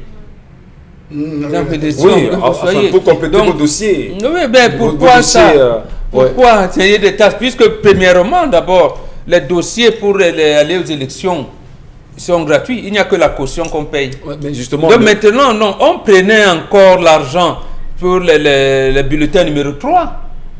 On prenait l'argent dans le cas de cette casier judiciaire bulletin, en plus de ces taxes qu'on a envie. Donc, non content du fait qu'il ne paye pas, qu'il est mauvais payeur, mais continue encore dans le braquage. Donc, on braque les citoyens. On a braqué les citoyens. Moi, je le dis, j'en ai été victime. D'accord. Comme beaucoup d'autres. Vous étiez, quand vous étiez... là, je ne vous dis pas. Vous postuliez, on ne sait jamais. J'étais à braquer. Merci, Mombok. Il y a 3 choses que l'on ne peut cacher par rapport à l'histoire du jour. On ne peut cacher le soleil, on ne peut pas cacher la lumière et enfin, on ne peut pas cacher la vérité. Ces paroles sont de Bouddha. Mon pasteur, quel type de vie avez-vous donné à Jésus ? Tout en cachant la vérité à votre femme. Jésus ne dit-il pas lui-même qu'il est la vérité et la vie? Mon pasteur, il faut maintenant assumer votre hypocrisie. Assumer, c'est supporter. Supporter, c'est boire dans la coupe amère de l'échec. Et boire dans la coupe amère de l'échec, c'est boire jusqu'à la dernière goutte. À la santé, mon pasteur. Dominique Audrey, Dominique Audrey a semblé justement esquisser un petit sourire là. On a le sentiment que... Ça vous parle un peu, vous voulez bien réagir? Moi, je suis de ceux qui pensent qu'on peut commettre des erreurs dans la vie et que ces erreurs-là peuvent être pardonnées. Cet homme-là, personne ne peut comprendre. Si on n'a pas si on n'a pas en face de nous un médecin qui nous dit vous ne pourrez pas avoir d'enfant, je ne pense pas qu'on puisse comprendre ce par quoi il est passé. Et s'il a continué tout ce temps à garder ce secret, c'est parce que quelque part il se disait personne ne sait et je serai père. Mais malheureusement, à un moment ou à un autre, notre vie, nos actions et notre passé finissent par nous rattraper. Donc comme je disais, la science a évolué et vous pouvez avoir des enfants. On fait même également le don de sperme. Personne n'a besoin de savoir ce que vous ferez. Avec votre femme, allez à l'étranger, au Cameroun, on le fait déjà. Vous pouvez avoir un don et cet enfant sera le vôtre et celui de votre femme aussi. Donc, tout est possible. Vous demandez à un pasteur de piétiner les préceptes de la Bible? La Bible n'a pas dit comment on doit faire les enfants. Si, la Bible a dit homme et femme. Mais Sarah est restée. Mais comment il a rendu stérile, je pense que c'était la chambre. Voilà. Que Sarah a pris sa couche. Non, il n'a pas rendu stérile. Si, mais il a bloqué. Non, mais disons-le, c'est la Bible quand même. Nous la lisons. Il n'a pas bloqué. Nous la lisons. Un pasteur qui sait qu'il est stérile, il consacre sa vie à Jésus, il épouse une femme. En principe, la femme ne devait pas avoir d'enfant. Non, parce qu'il est supposé d'être dans la vérité en disant à madame que je vais t'épouser, mais moi je n'aurai pas d'enfant, restons comme ça, consacrons la vie à Dieu. Je suis comme ça rapidement. Non, mais là, je pense que la foi aussi peut donner, si justement Dieu a pu faire le miracle avec Sarah, il pourrait faire pareil avec son épouse. C'est à ça que ce pasteur croyait. Ça veut dire que le pasteur n'a pas assez de foi. Mais c'est grave quand même parce qu'il croit quand même en ça et il peut faire le test d'ADN. Il ne croit pas. Il n'a pas assez de foi. La Bible est claire. Si vous avez la foi, ne serait-ce comme un grain de sénévé, vous direz à cette montagne, déplace-toi de la position. Elle se déplacera. Ça me plaît cette histoire parce que... Vous parlez en riant nos sentiments. Non. Ça dit, nous avons un pasteur même à Bonamoussa, il a toute une chaîne de télé là où il fait son rituel l'abracadabra, qui a pris une deuxième femme. Il a pris une deuxième femme, je le dis, c'est parce qu'on ne peut pas citer les noms ici. Il a pris une deuxième femme, mais il a présenté comme étant la domestique de la maison à l'église, parce que lui et sa femme, ça ne donne pas. Il est au tribunal, même avec sa femme en secret, parce qu'il veut se séparer de sa femme. Mais il lui a dit, non, mais l'église, lui et ça les mois connaissant, mais fidèle pas. Monsieur Mbachou, il y a un spectateur qui nous dit que l'église, en fait, que le divorce est permis chez les chrétiens en cas d'adultère ou encore en cas d'abandon du foyer d'un conjoint non croyant. Matthieu 19, verset 3, il y a adultère. Matthieu 19, verset 3 à 9 et 1 Corinthiens 7 à 15. Karine Sontia, il dit, non croyants, là où il est confus, c'est que sa femme prêche. Elle dit l'infidélité n'est pas bien. Non, elle dit aux femmes que l'infidélité n'est pas bien. Elle devait prêcher quoi? Lorsqu'elle le dit, son mari est là, il demande qu'on applaudisse. Vous voulez qu'elle prêche quoi ça la mère? Maintenant, ils disent qu'ils se séparent pour infidélité à une femme qui prêche la fidélité. Non, quand même, vous aussi. Oui, bon, écoutez, ils peuvent se séparer. C'est impossible. C'est un sujet, et les téléspectateurs nous donnent leurs avis. Les avis, justement, Karine Sontia. Alors, c'est bien. Je dirais à ce pasteur de dire la vérité sur sa santé à sa femme. Premièrement, pour avoir une conscience tranquille. Et deuxièmement, éviter que la femme ne ramène un autre enfant dans la maison. Car ce qui est sûr, cette femme est infidèle. Christiane, depuis, voilà. Il peut même arriver que ces 4 enfants sont de 4 pères différents. Donc c'est une maman qui s'est donnée. Non mais il y a quand même quelque chose qui me taraude l'esprit, c'est que très souvent on vous dit, la femme est enceinte, vous n'êtes peut-être pas le père de l'enfant, peut-être vous n'êtes pas là, vous n'êtes presque jamais là. C'est la mère celle qui connaît le père de l'enfant. Et la mère dort avec le petit frère de l'enfant. Nous on est là, on sourit. Non, et la mère dort avec le petit frère de l'enfant. Et à la naissance justement du nouveau bébé, le nouveau bébé ressemble tellement à l'enfant, au point où on vous dira que... À son grand frère ou à son cher ou à sa grande sœur, disons. Et on vous dit que non, lorsque l'enfant est dans le ventre, il veut forcément voir le père. Comme il n'a pas vu le père, il va forcément ressembler à l'enfant qui s'est couché derrière la maman. Et est-ce que les 4 enfants se ressemblent, Dominique Audrey? Dominique Audrey ne connaît pas. C'est pas scientifique ça. Le rituel le plus sûr, c'est la salive qu'on met dans le nombril. Toujours. Ça c'est dites-moi, vous avez vérifié ça? Écoutez un peu Charlemagne. C'est un moment à 3 mois où le père cause avec son enfant.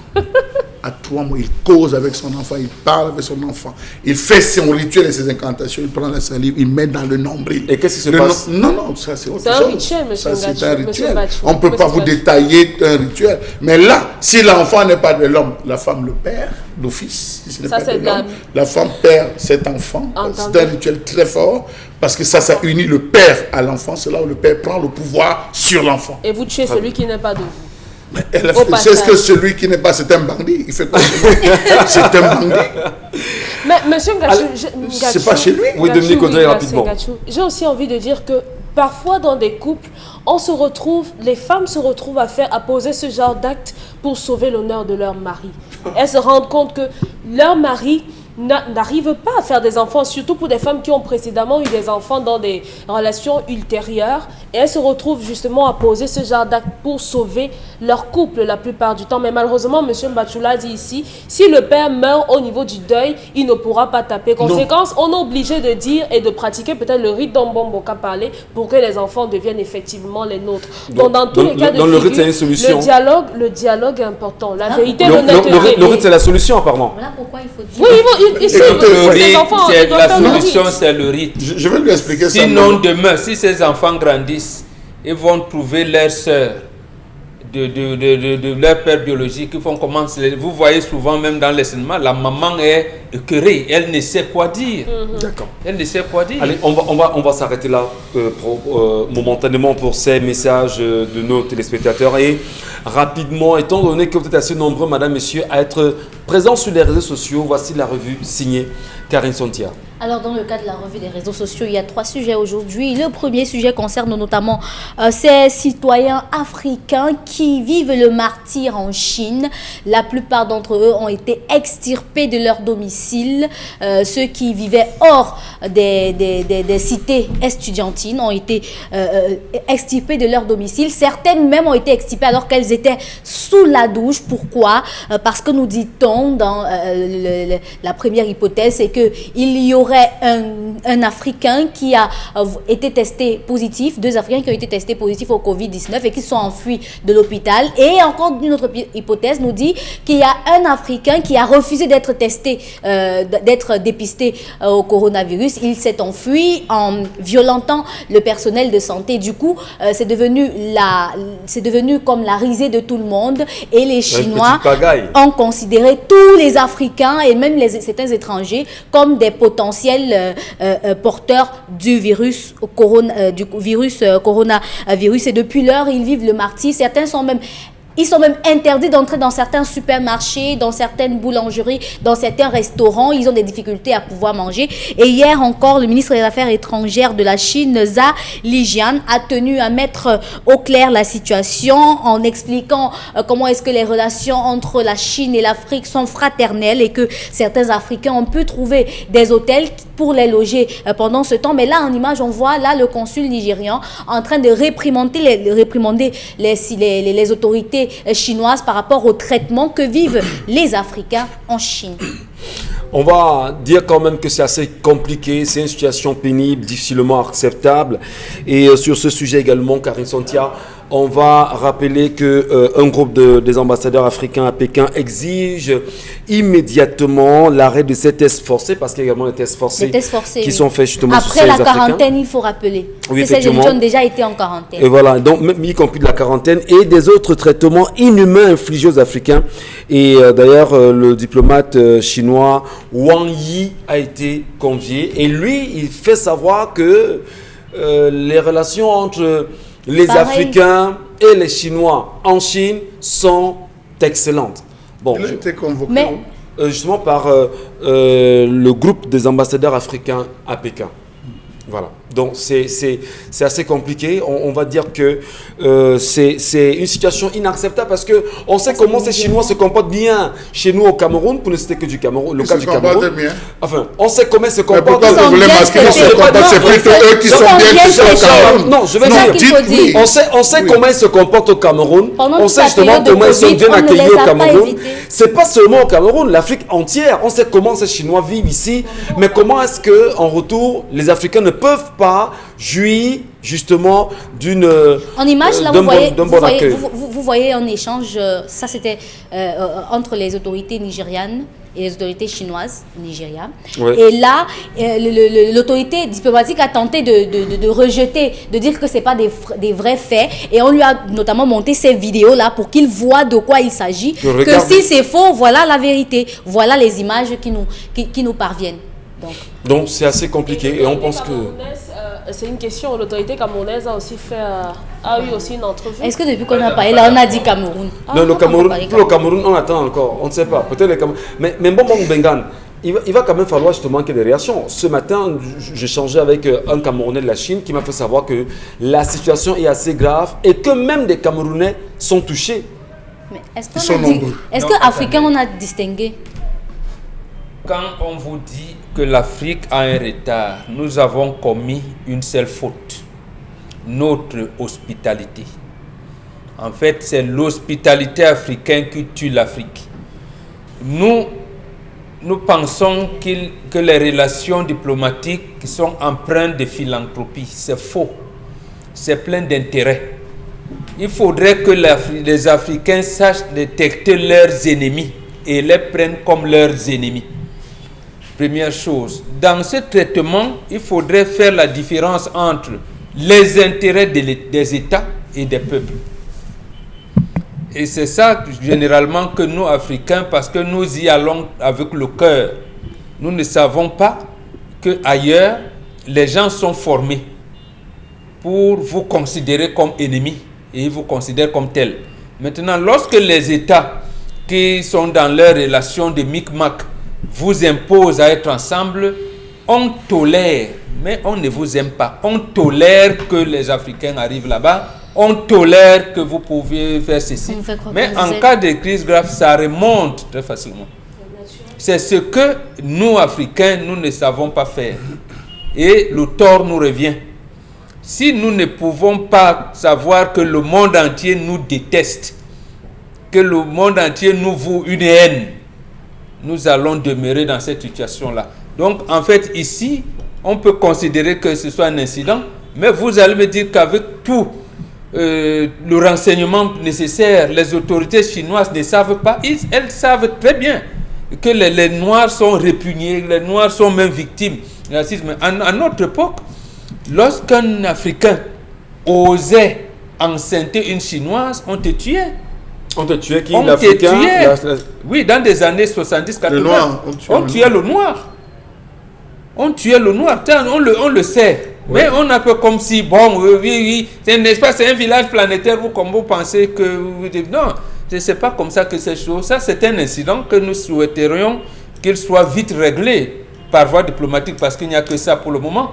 Mais et demander à nos frères et sœurs qui sont là-bas de savoir qu'ils sont détestés. Et j'allais dire d'avoir encore, voilà, de vivre comme des personnes détestées avec un instinct de survie en disant on ne m'accepte pas et voilà, je me recroqueville et tout. Et ça devrait les pousser à une solidarité. Non, mais on interdit les associations des étrangers. Mais ils ont des téléphones. En tout cas, même jusque-là, hein, c'est pas évident en Chine. Charles Hamel, il y a Jules Ferry, l'un des hommes politiques français, qui disait en son temps, pour ne citer que son cas, la France n'a pas d'amis, elle n'a que d'intérêt. Et justement, pour revenir à la Chine n'a peut-être pas d'amis, elle n'a que d'intérêt. Monsieur Michel Ngachou, il faut dire que les actes qui, n'est-ce pas, transparaissent à l'heure actuelle en Chine démontrent qu'on n'est pas sorti de l'expression du nègre, le noir comme animal, le noir comme singe, le noir comme pestiféré. Il faut que ce soit clair, monsieur Michel Ngachou. Pourquoi je le dis? Vous n'avez pas vu des vidéos où des jeunes filles étaient tirées nues de leurs hôtels? Je ne comprends pas comment le ministre des Relations extérieures du Cameroun, à l'heure actuelle, et elle parlait en français. C'était des filles qui parlaient français. Comment le ministre des Relations extérieures du Cameroun reste calme? On a compris que le chef de l'État ne veut pas se confiner, il ne veut pas sortir. Bon, on a accepté ça. Mais que le ministre des Relations extérieures, quand même, comme celui du Ghana, s'est exprimé, comme tous les différents ambassadeurs des autres pays du Nigeria ont réagi à l'immédiat. Mais que chez nous, on se taise. Au nom de quoi? Vous avez vu des jeunes Camerounais qui disaient, regardez ce qu'on est en train de faire, on les aspergeait des poules. D'autres, on les assassinait, ceux qui étaient couchés, ceux qu'on a jetés dehors, qu'on a testé, on a bloqué leur chambre, ils couchaient dehors. Vous allez voir des images où on les frappait, les autres Chinois les frappaient. Mais c'est pas sérieux. Vous voulez dire, lorsqu'on a découvert le premier cas Wuhan, c'était un Africain? Le patient zéro en Chine, c'était un Africain? C'était pas un Africain, c'était un Chinois. Le premier Camerounais qui était malade, on l'a mis, il était guéri, il est sorti. Mais vous voyez jusqu'où ils poussent, on va le dire comme ça, cette méchanceté. Vous voyez ce qu'ils font ici à quoi? D'après les textes de la République du Cameroun, il est strictement interdit à un Chinois, à un expatrié, à un étranger, de faire dans du commerce du détail. Mais les Chinois font le détail ici. Le ministre du Commerce passe tout le temps là-bas, il les salue. On s'attendait à ce qu'on arrête ça, le détail. Les Camerounais vont faire quoi? Ils sont dans le gros, la vente en gros, semi-gros et détail. Donc, alors je pense qu'il faudrait redéfinir, Mbombo l'a bien dit, il faudrait redéfinir véritablement. Mais avons-nous les moyens? Parce qu'à la Chine, on a fait des emprunts de plus de 4 000 milliards et poussières. Est-ce qu'on a les moyens? On a des terres. Aujourd'hui, on parle de 100 km de terre. La tomate, la culture des oignons, la culture de l'ail. Que ces Chinois se sont appropriés. Mais c'est quand même assez compliqué quand même. Dominique Audrey, en passant d'ailleurs, on va adresser tout le soutien à tous les Camerounais qui sont à Guangzhou, parce que depuis hier, ils n'arrêtent pas de se plaindre. En passant les 50 millions que le chef de l'État avait demandé même, parce que ces Camerounais en Chine voulaient rentrer, le chef de l'État de passage, il avait promis 50 millions de francs CFA, qui n'est jamais arrivé. Il faudrait que le chef de l'État, dans son confinement, envoie cet argent, si réellement il n'avait pas fait qu'il envoie cet argent. Il faut préciser que c'est 50 millions de francs CFA qui s'est retrouvé dans la, comment on dit ça, à l'ambassade, à la représentation diplomatique camerounaise de Pékin, devrait servir justement à ces Camerounais en cas d'urgence. Voilà une urgence. Donc, voici une urgence on les fait d'abord entrer. On verra ce que ça donne. Dominique Audrey rapidement se prononce sur le sujet et puis on passe au deuxième sujet. Puisque malheureusement nous sommes abandonnés par nos autorités, moi je suis contente parce que j'ai vu une vidéo où il y avait un Chinois qui faisait le tai chi sur des Noirs et moi j'ai vu qu'ils se sont défendus. Puisque votre président ne va pas parler en ce qui concerne les Camerounais, puisque le ministre des Relations extérieures ne va rien faire, il ne fait rien, défendez-vous. Si quelqu'un vient vous taper dessus, vous vous défendez. Et malheureusement, ce que moi je dépeins plein, c'est que j'ai vu sous une publication sur Facebook, quelqu'un a dit, et nous aussi on va attaquer leur boutique ici. Imaginez un peu ce que ça va donner si on décide aussi de s'en prendre à eux. Aujourd'hui, les Noirs, là-bas, on s'assoit en face, on les laisse seuls dans le bus, d'autres se bouchent les narines parce qu'ils estiment que quand on est noir, on sent et tout. La conséquence, ce qu'on vit aujourd'hui, c'est que au Cameroun ici, on est obligé de faire avec eux. Pourquoi? Ils nous fabriquent tout, les chaussures, les vêtements et tout, parce qu'on a des institutions, un gouvernement, un pays qui n'a pas pensé à nous donner la possibilité de nous débrouiller seuls. Malheureusement, on est obligé de faire avec ces gens-là. Donc peut-être avec ce Covid-là, ce sera l'occasion de repartir à zéro pour pouvoir se débarrasser de ces gens qui nous traitent comme de la merde. Parce qu'on ne vaut même rien à côté devant ces gens. Bon, en même temps, on n'est pas de la merde, il faut préciser cela. Donc on est ce que nous sommes. Ça c'est votre ça dépend. Et on n'est pas non plus dans l'apologie de la violence parce que... Ça dépend aussi de comment est-ce que nos États nous traitent. Mais je peux vous assurer que selon les témoignages que j'ai eus des personnes qui sont sur le terrain, il a fallu qu'un Africain qui a une compagne de ce côté-là, américaine, achète des couvertures pour aller donner aux Africains qui dormaient en pleine rue. Vous vous rendez compte? Vous vous rendez compte de comment est-ce que les gens vivent là-bas? C'est-à-dire que vous êtes sortis de vos maisons, que vous payez, certains étudiants qui ne vivaient pas dans les campus, qui vivent hors des campus et qui étaient dans leur maison, sont venus, ont été extirpés de force par leur bailleur et mis à la rue. Ils n'ont rien emporté, ils n'ont rien pris et ils vivent où? Dans la rue, et pourtant ils ont les maisons. Et quand vous voulez entrer dans une boulangerie pour acheter un repas, mais on ne vous permet même pas d'entrer. Donc vous mourrez de famine. Non, le minimum, lorsqu'il y a interpellation, on vous dit, monsieur, préparez-vous. Certains, on a récupéré les passeports. Qu'on tire des gens en camisole, qu'on saccage votre chambre. Mais quand même, monsieur Michel Dachou, on a un ministère quand même, comme on a le ministère des Relations extérieures, on a un ambassadeur, tout un ambassadeur. Il y a des gens dont les passeports ont été récupérés. Et j'ai vu dans une des vidéos comment le consul nigérien en Chine réclamait ces passeports-là aux policiers chinois que remettez-nous les passeports. Est-ce que vous avez le droit de récupérer le passeport d'un ressortissant étranger dans votre pays? Donc Donc c'est grave, il ne faut pas quand même rester silencieux par rapport à ça. Et d'ailleurs, on interpelle rapidement le ministre des Relations extérieures du Cameroun et même l'ambassadeur du Cameroun à Pékin, en Chine d'ailleurs, à réagir spontanément parce qu'il n'y a pas que lui. Il n'y a pas que... Non, il n'est pas seul. Ouais. Et il n'y a pas que des Nigérians ou encore d'autres Africains. Mais vous avez vu, vous venez de voir, monsieur Michel Gachou, vous venez de voir les images du consul. On a compris. Ce n'est même pas l'ambassadeur, le consul qui à l'immédiat s'est déplacé. À l'instant après, on a convoqué l'ambassadeur qui est venu se justifier. Il a mis, on lui a montré les images. Mais nous, on fait quoi? Mais on vous rappelle qu'il y a des Noirs de quelques pays qui n'ont pas été touchés, notamment du Rwanda et de quelques pays influents d'Afrique. Donc, je m'arrête là. Mais comment ils ont fait pour reconnaître que ces Noirs-là ne sont pas on va poursuivre. La revue des réseaux sociaux, Karine Sontia. Deuxième sujet. Deuxième sujet de la revue des réseaux sociaux, le commerce, la sauvette des masques, qui se fait très priser aujourd'hui depuis le début de la crise, et surtout que le Premier ministre a annoncé récemment la vente, le port obligatoire des masques dès ce lundi. Sauf que ce qu'on observe sur le terrain, c'est cette vente à la sauvette qui n'est pas protégée. Il y a des gens qui prennent ces masques-là, essayent plusieurs et ne prennent qu'un seul. Et maintenant, comment est-ce qu'on fait si ces masques sont tous testés par des personnes positives et à la fin, ils sont revendus? Voilà des hommes en tenue qui testent des masques et finissent par remettre aux vendeurs. Donc, voilà des questions qu'on se pose aujourd'hui. Comment est-ce qu'on doit reconnaître le bon masque et ainsi de suite? C'est assez compliqué. Bon, Bengan, le masque qu'on prend, on l'utilise, on l'essaie, on teste. Si jamais on est porteur du virus, on a déjà contaminé le masque qui sera revenu certainement quelqu'un qui ira contaminé. C'est assez grave quand même. Non, c'est le règne de l'insouciance, j'allais dire, de la méchanceté. Parce qu'en fait, on nous a habitués à la débrouillardise. On ne sait plus. Lorsque les citoyens d'une nation arrivent à ne plus avoir peur de la mort, à ne plus à ne plus considérer la morale comme quelque chose d'essentiel dans leur vécu quotidien, on dit de ce pays-là qu'il est à terre. C'est cela. Ça veut dire qu'en fait, vous ne vous rendez pas compte, vous essayez quoi? C'est d'abord, nous sommes dans la période de la grippe classique. Disons même que vous n'êtes pas contaminé, la grippe classique. Qui est-ce qui vous dit qu'il faut essayer tous les masques avant d'en acheter un? Non, c'est triste. C'est triste, mais seulement peut-être que l'État nous a compris parce qu'ils ont dit qu'ils vont demander à SICAM de fabriquer. Apparemment, ils ont donné les moyens à SICAM de fabriquer les masques.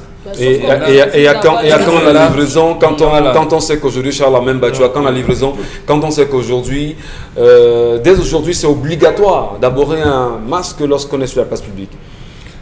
Alors, au moment où on défile sur la toile des différentes images, nous démontrant même la vraie utilisation. La première, le masque en lui-même, qui devrait couvrir en dessous du menton et en dessous des yeux. J'ai vu tout un mini-documentaire sur la qualité de masque qu'il faut porter, qui est pratiquement différent de ce qu'on retrouve. On s'attendait à ce que le ministre nous dise, ou l'un des membres de ce comité mis en place de riposte nous dit quel type de masque. Il y a certains qui vont jusqu'à interférer entre les différentes couches de tissu, du coton ou je ne sais pas quelle autre matière, qui empêche certaines personnes même qui portent à bien respirer, à avoir de l'accès à de l'air. On s'attendait à cette forme. Rien n'est fait, c'est chacun qui se débrouille comme il peut. Ce que vous avez vu en image, c'est la même manière qu'on fait avec les lunettes. Vous avez des gens qui se baladent avec les lunettes. C'est la même chose qu'on fait avec ceux qui se baladent avec les vêtements, les vandales, la sauvette. On dit, mais tes chaussures, est-ce que ton corps aller loin? C'est les parfums. Lorsque le parfum, là, c'est combien? Amène un peu là. Il fait comme ça, là. À la fin de la soirée, le parfum à niveau, si bien que tous les vendeurs de parfums sont devenus des trafiquants de parfums. Ils utilisent la seringue antitétanique. Ils enlèvent un peu d'alcool, ils remettent à l'intérieur pour regonfler. Donc, c'est pour vous dire que ça, c'est une mentalité purement africaine. C'est ce qu'on est en train de vivre là. Donc, c'est dire qu'on n'est pas encore sorti, on n'a pas encore compris que le Covid, c'est autre chose. C'est quelque chose de plus violent qui ne trie pas riche aux pauvres, qui prend n'importe. Vous voyez le vendeur lui-même qui dit non, teste celui-ci. Non, la couleur, ça ne me plaît pas. Donne-moi l'autre. C'est une question de couleur, c'est une question de goût. Non, ça tire mes oreilles. Je ne l'apprécie pas. Vraiment, j'ai interféré plusieurs fois. Vous avez des églises qui n'ont pas fermé. Hier dimanche, à Bonamou Sadi, hier dimanche, à Bepanda 7e, hier dimanche, toutes les églises étaient ouvertes et célébraient la Pâque avec des gens à l'intérieur. Vous savez, des gens qui passaient, des équipes spéciales d'intervention rapide qui passaient, mais qui en aucun moment ne descendaient dire il y a le Covid, sortez, on a strictement interdit. Mais qu'est-ce que vous voulez? Il y a un laxisme total. Voilà le policier qui devait être celui-là qui devait renseigner, qui lui-même se fait proie. Assez compliqué. Allez, on aurait bien voulu, Dominique Audrey, juste une virgule rapidement sur le sujet et puis on passe au troisième et dernier sujet du jour. Pas grand-chose, juste que moi je ne suis pas surprise. Personne n'achète rien sans mesurer. Vous n'allez pas demander à quelqu'un d'acheter un truc qui sera plus grand que son visage en même temps. Mais maintenant, lorsqu'on achète, il faut laver, tout simplement. Donc, vraiment, en ce qui concerne le fait qu'on teste les masques, tout le monde touche à tout. Donc, c'est maintenant aux personnes qui achètent de prendre le soin de laver. C'est d'accord. Karine Sontia. Après avoir testé. Oui. Karine Sontia, nous vous écoutons. Dernier sujet, je partage avec vous ce matin cette vidéo de l'artiste Longuet Longuet qui faisait sa cure. C'est quoi? Sa cure de hammam traditionnel. La méthode de grand-mère. Oui, la méthode de grand-mère. Puis vous allez avoir en photo quelques images de ce qu'il a utilisé. Ah là là. Longuet Longuet lui-même, il est investi dans la bataille contre le Covid-19. Et c'est également une manière justement d'apprécier le traitement, on dit les méthodes africaines pour lutter contre le Covid-19. C'est la vraie méthode.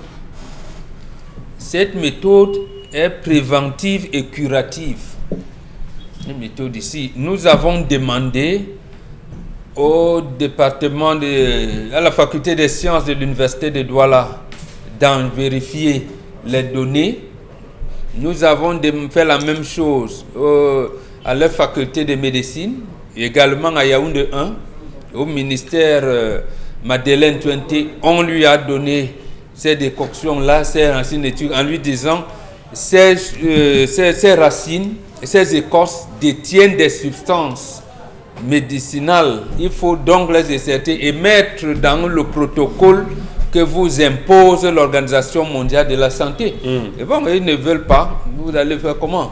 Vous ne veulez pas. Donc, moi, j'apprécie. Ça vient de l'association des sorciers et guérisseurs du Cameroun? Non, il y en a beaucoup. Il y a l'association des sorciers et guérisseurs. Il y a l'association de la médecine, des thérapeutes du Cameroun. Il y a l'association comment vous l'appelez, des guérisseurs seulement. Il y en a beaucoup. Nous avons beaucoup d'associations et nous avons apporté notre expertise. Donc, merci Longa. Parce que là, on peut faire confiance justement. Oui, il y a trois éléments essentiels. Ouais. Il y a là-dedans un antipaludique ou alors des antipaludiques. Il y a des antibiotiques et il y a de la vitamine C. C'est des trois éléments associés qui soignent le Covid-19 sans problème. En 4 jours, vous êtes guéri.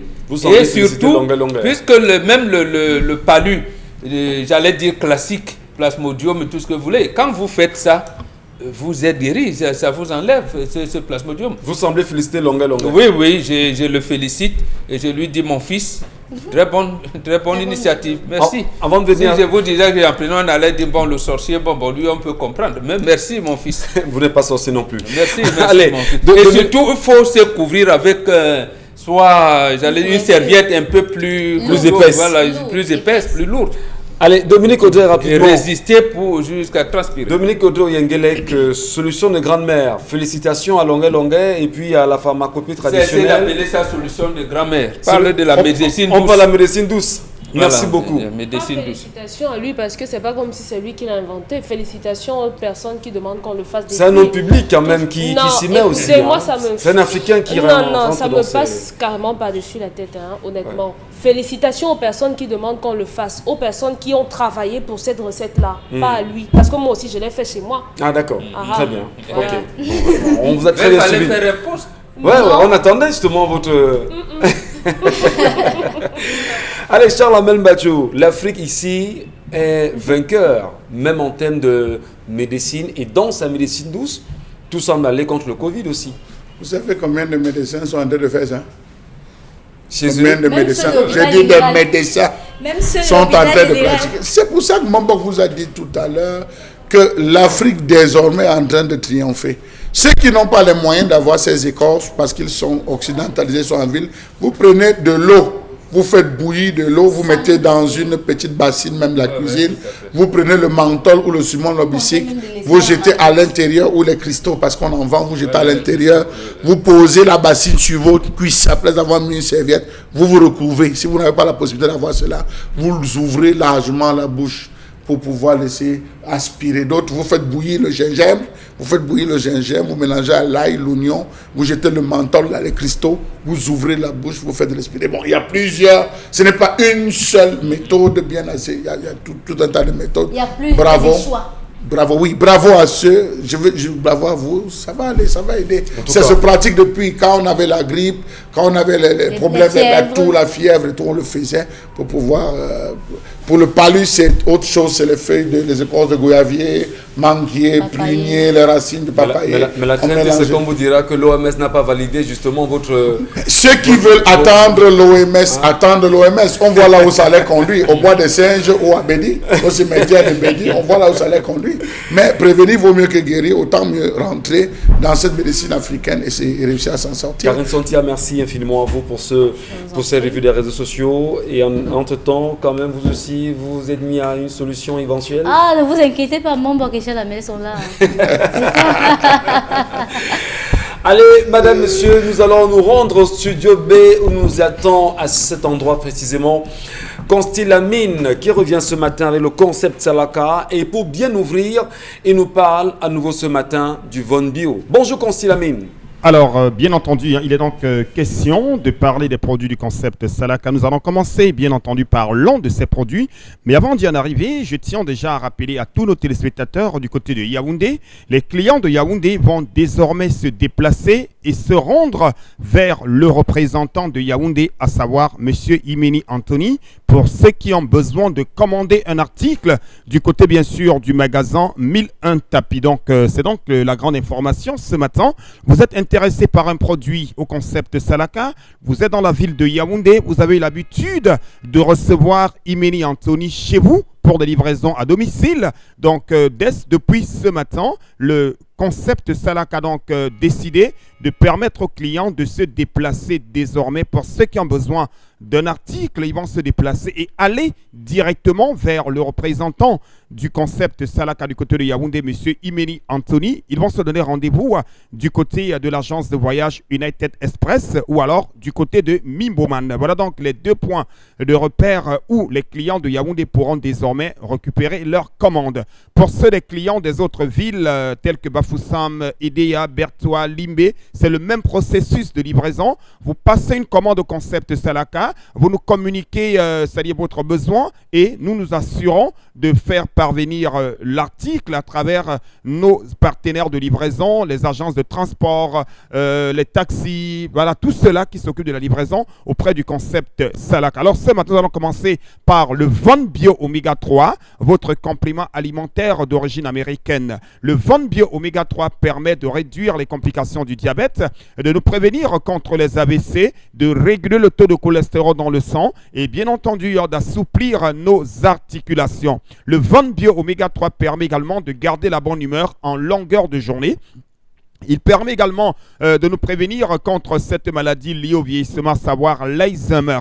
Voilà donc quelques avantages liés à la consommation régulière du Von Bio Oméga 3. Et je rappelle, il est sans effet secondaire dans l'organisme et c'est une gélule par jour pendant le repas. Le prix n'a pas changé, il est toujours de 5 500 francs, le prix de promotion. Parce qu'il faut le rappeler, chers téléspectateurs, le prix normal du Von Bio Oméga 3 au Cameroun est de 6 000.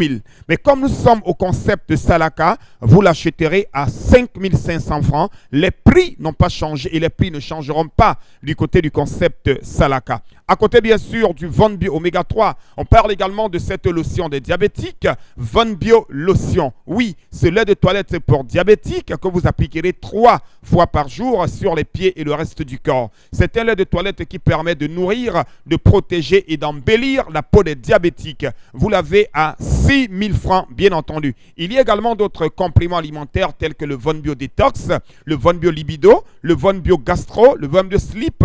Tous ces Von Bio sont en vente au magasin 1001 tapis avec bien sûr la supervision du concept Salaka. Alors, je rappelle une fois de plus les modalités de livraison. Nos clients de Yaoundé, je vous le rappelle, vous allez appeler le concept Salaka. Nous allons vous communiquer le numéro du représentant de Yaoundé qui est bien entendu le 94 95 12 01. C'est le numéro direct du représentant du concept Salaka Yaoundé, le 694 95 12 01. Vous appelez ce numéro de téléphone et vous prenez un rendez-vous pour récupérer votre marche. Vous allez payer à la livraison. Donc, vous payez à la livraison et ceux des autres villes, nous allons procéder comme d'habitude. Vous passez votre commande. Nous vous donnons les modalités de livraison. Question d'avoir votre marchandise. Merci beaucoup. Merci, j'ai failli dire Charlamel. Merci, Consti Lamine, pour ce premier passage concernant le concept Salaka. On va être heureux de vous retrouver également pour la continuité dans un moment. Mais le temps pour nous, Karine Sontia, de revenir sur quelques messages que nous ont laissés nos téléspectateurs ce matin. Respectez-vous, Africains, et on vous respectera. En Guinée équatoriale et en Afrique du Sud, les Africains sont chassés. Pourquoi vous respectez à l'extérieur? Alors, il y a des entreprises camerounaises à Douala qui fabriquent des sacs et chaussures. On a des bons salaciers, fabricants de chaussures au Cameroun. Mais l'État ne met pas les moyens en jeu pour une explosion et une croissance de ses œuvres. Renvoyons-nous aussi les Chinois dans leur pays. Ça, c'est de la... Je ne vais pas prononcer ce mot. Ça, c'est El H. Midre, depuis l'extrême nord, qui nous écrit.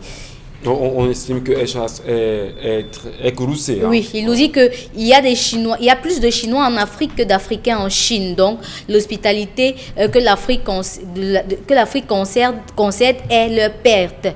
Comment peut-on bien traiter ces Chinois en Afrique, mais eux, ils nous malmènent et veulent même faire des tests douteux à notre égard? Cela veut dire que l'Afrique a beaucoup d'ennemis. Concernant la réplique de Mbombok, il y a des Chinois dans certains de nos villages qui se filment avec nos filles africaines seins nus. C'est El H. Midre depuis l'extrême nord qui nous écrit ce matin. Alors, je ne suis pas un adepte de la violence, mais ce qui se passe en Chine est récurrent là-bas. Comme d'habitude, notre pays sera stoïque face à cette situation. Si un Chinois fait gaffe ici et qu'on décide de s'en prendre à lui, tous les Chinois, ça va devenir un problème diplomatique. On leur a même déjà tout vendu ici, donc on n'a rien à dire et juste subir. Landry Fandam Chouad. Alors, un autre message. Alors, Divine Falcom Mediopo qui dit que concernant la situation en Chine, sachez qu'aucune révolution n'a été sans sacrifice. L'exemple, l'Europe, l'Amérique et l'Asie. Tant que nous ne réagissons pas avec la même violence, les Noirs seront toujours traités ainsi. Rappelez-vous du Koweït, du Liban.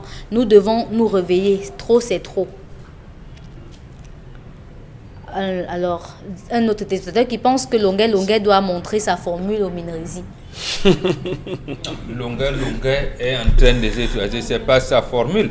Demandez à Madeleine Tuenté de vous rendre public la multitude de formules qu'elle a mises en place par rapport aux produits qu'on lui a donnés. Où on a donné à ces institutions. C'est à elle de rendre public. En attendant, on vous rappelle que le Cameroun doit produire la chloroquine et la Le Minrezi doit produire, c'est ce qu'on a dit. Il n'y a pas de matière première. Le Minrezi est une entreprise. Il n'y a pas de matière première. Il faut une entreprise qui va procéder à l'extraction de la matière première. On se demandait aussi que les hommes d'affaires sont où? Le ministère, c'est une industrie.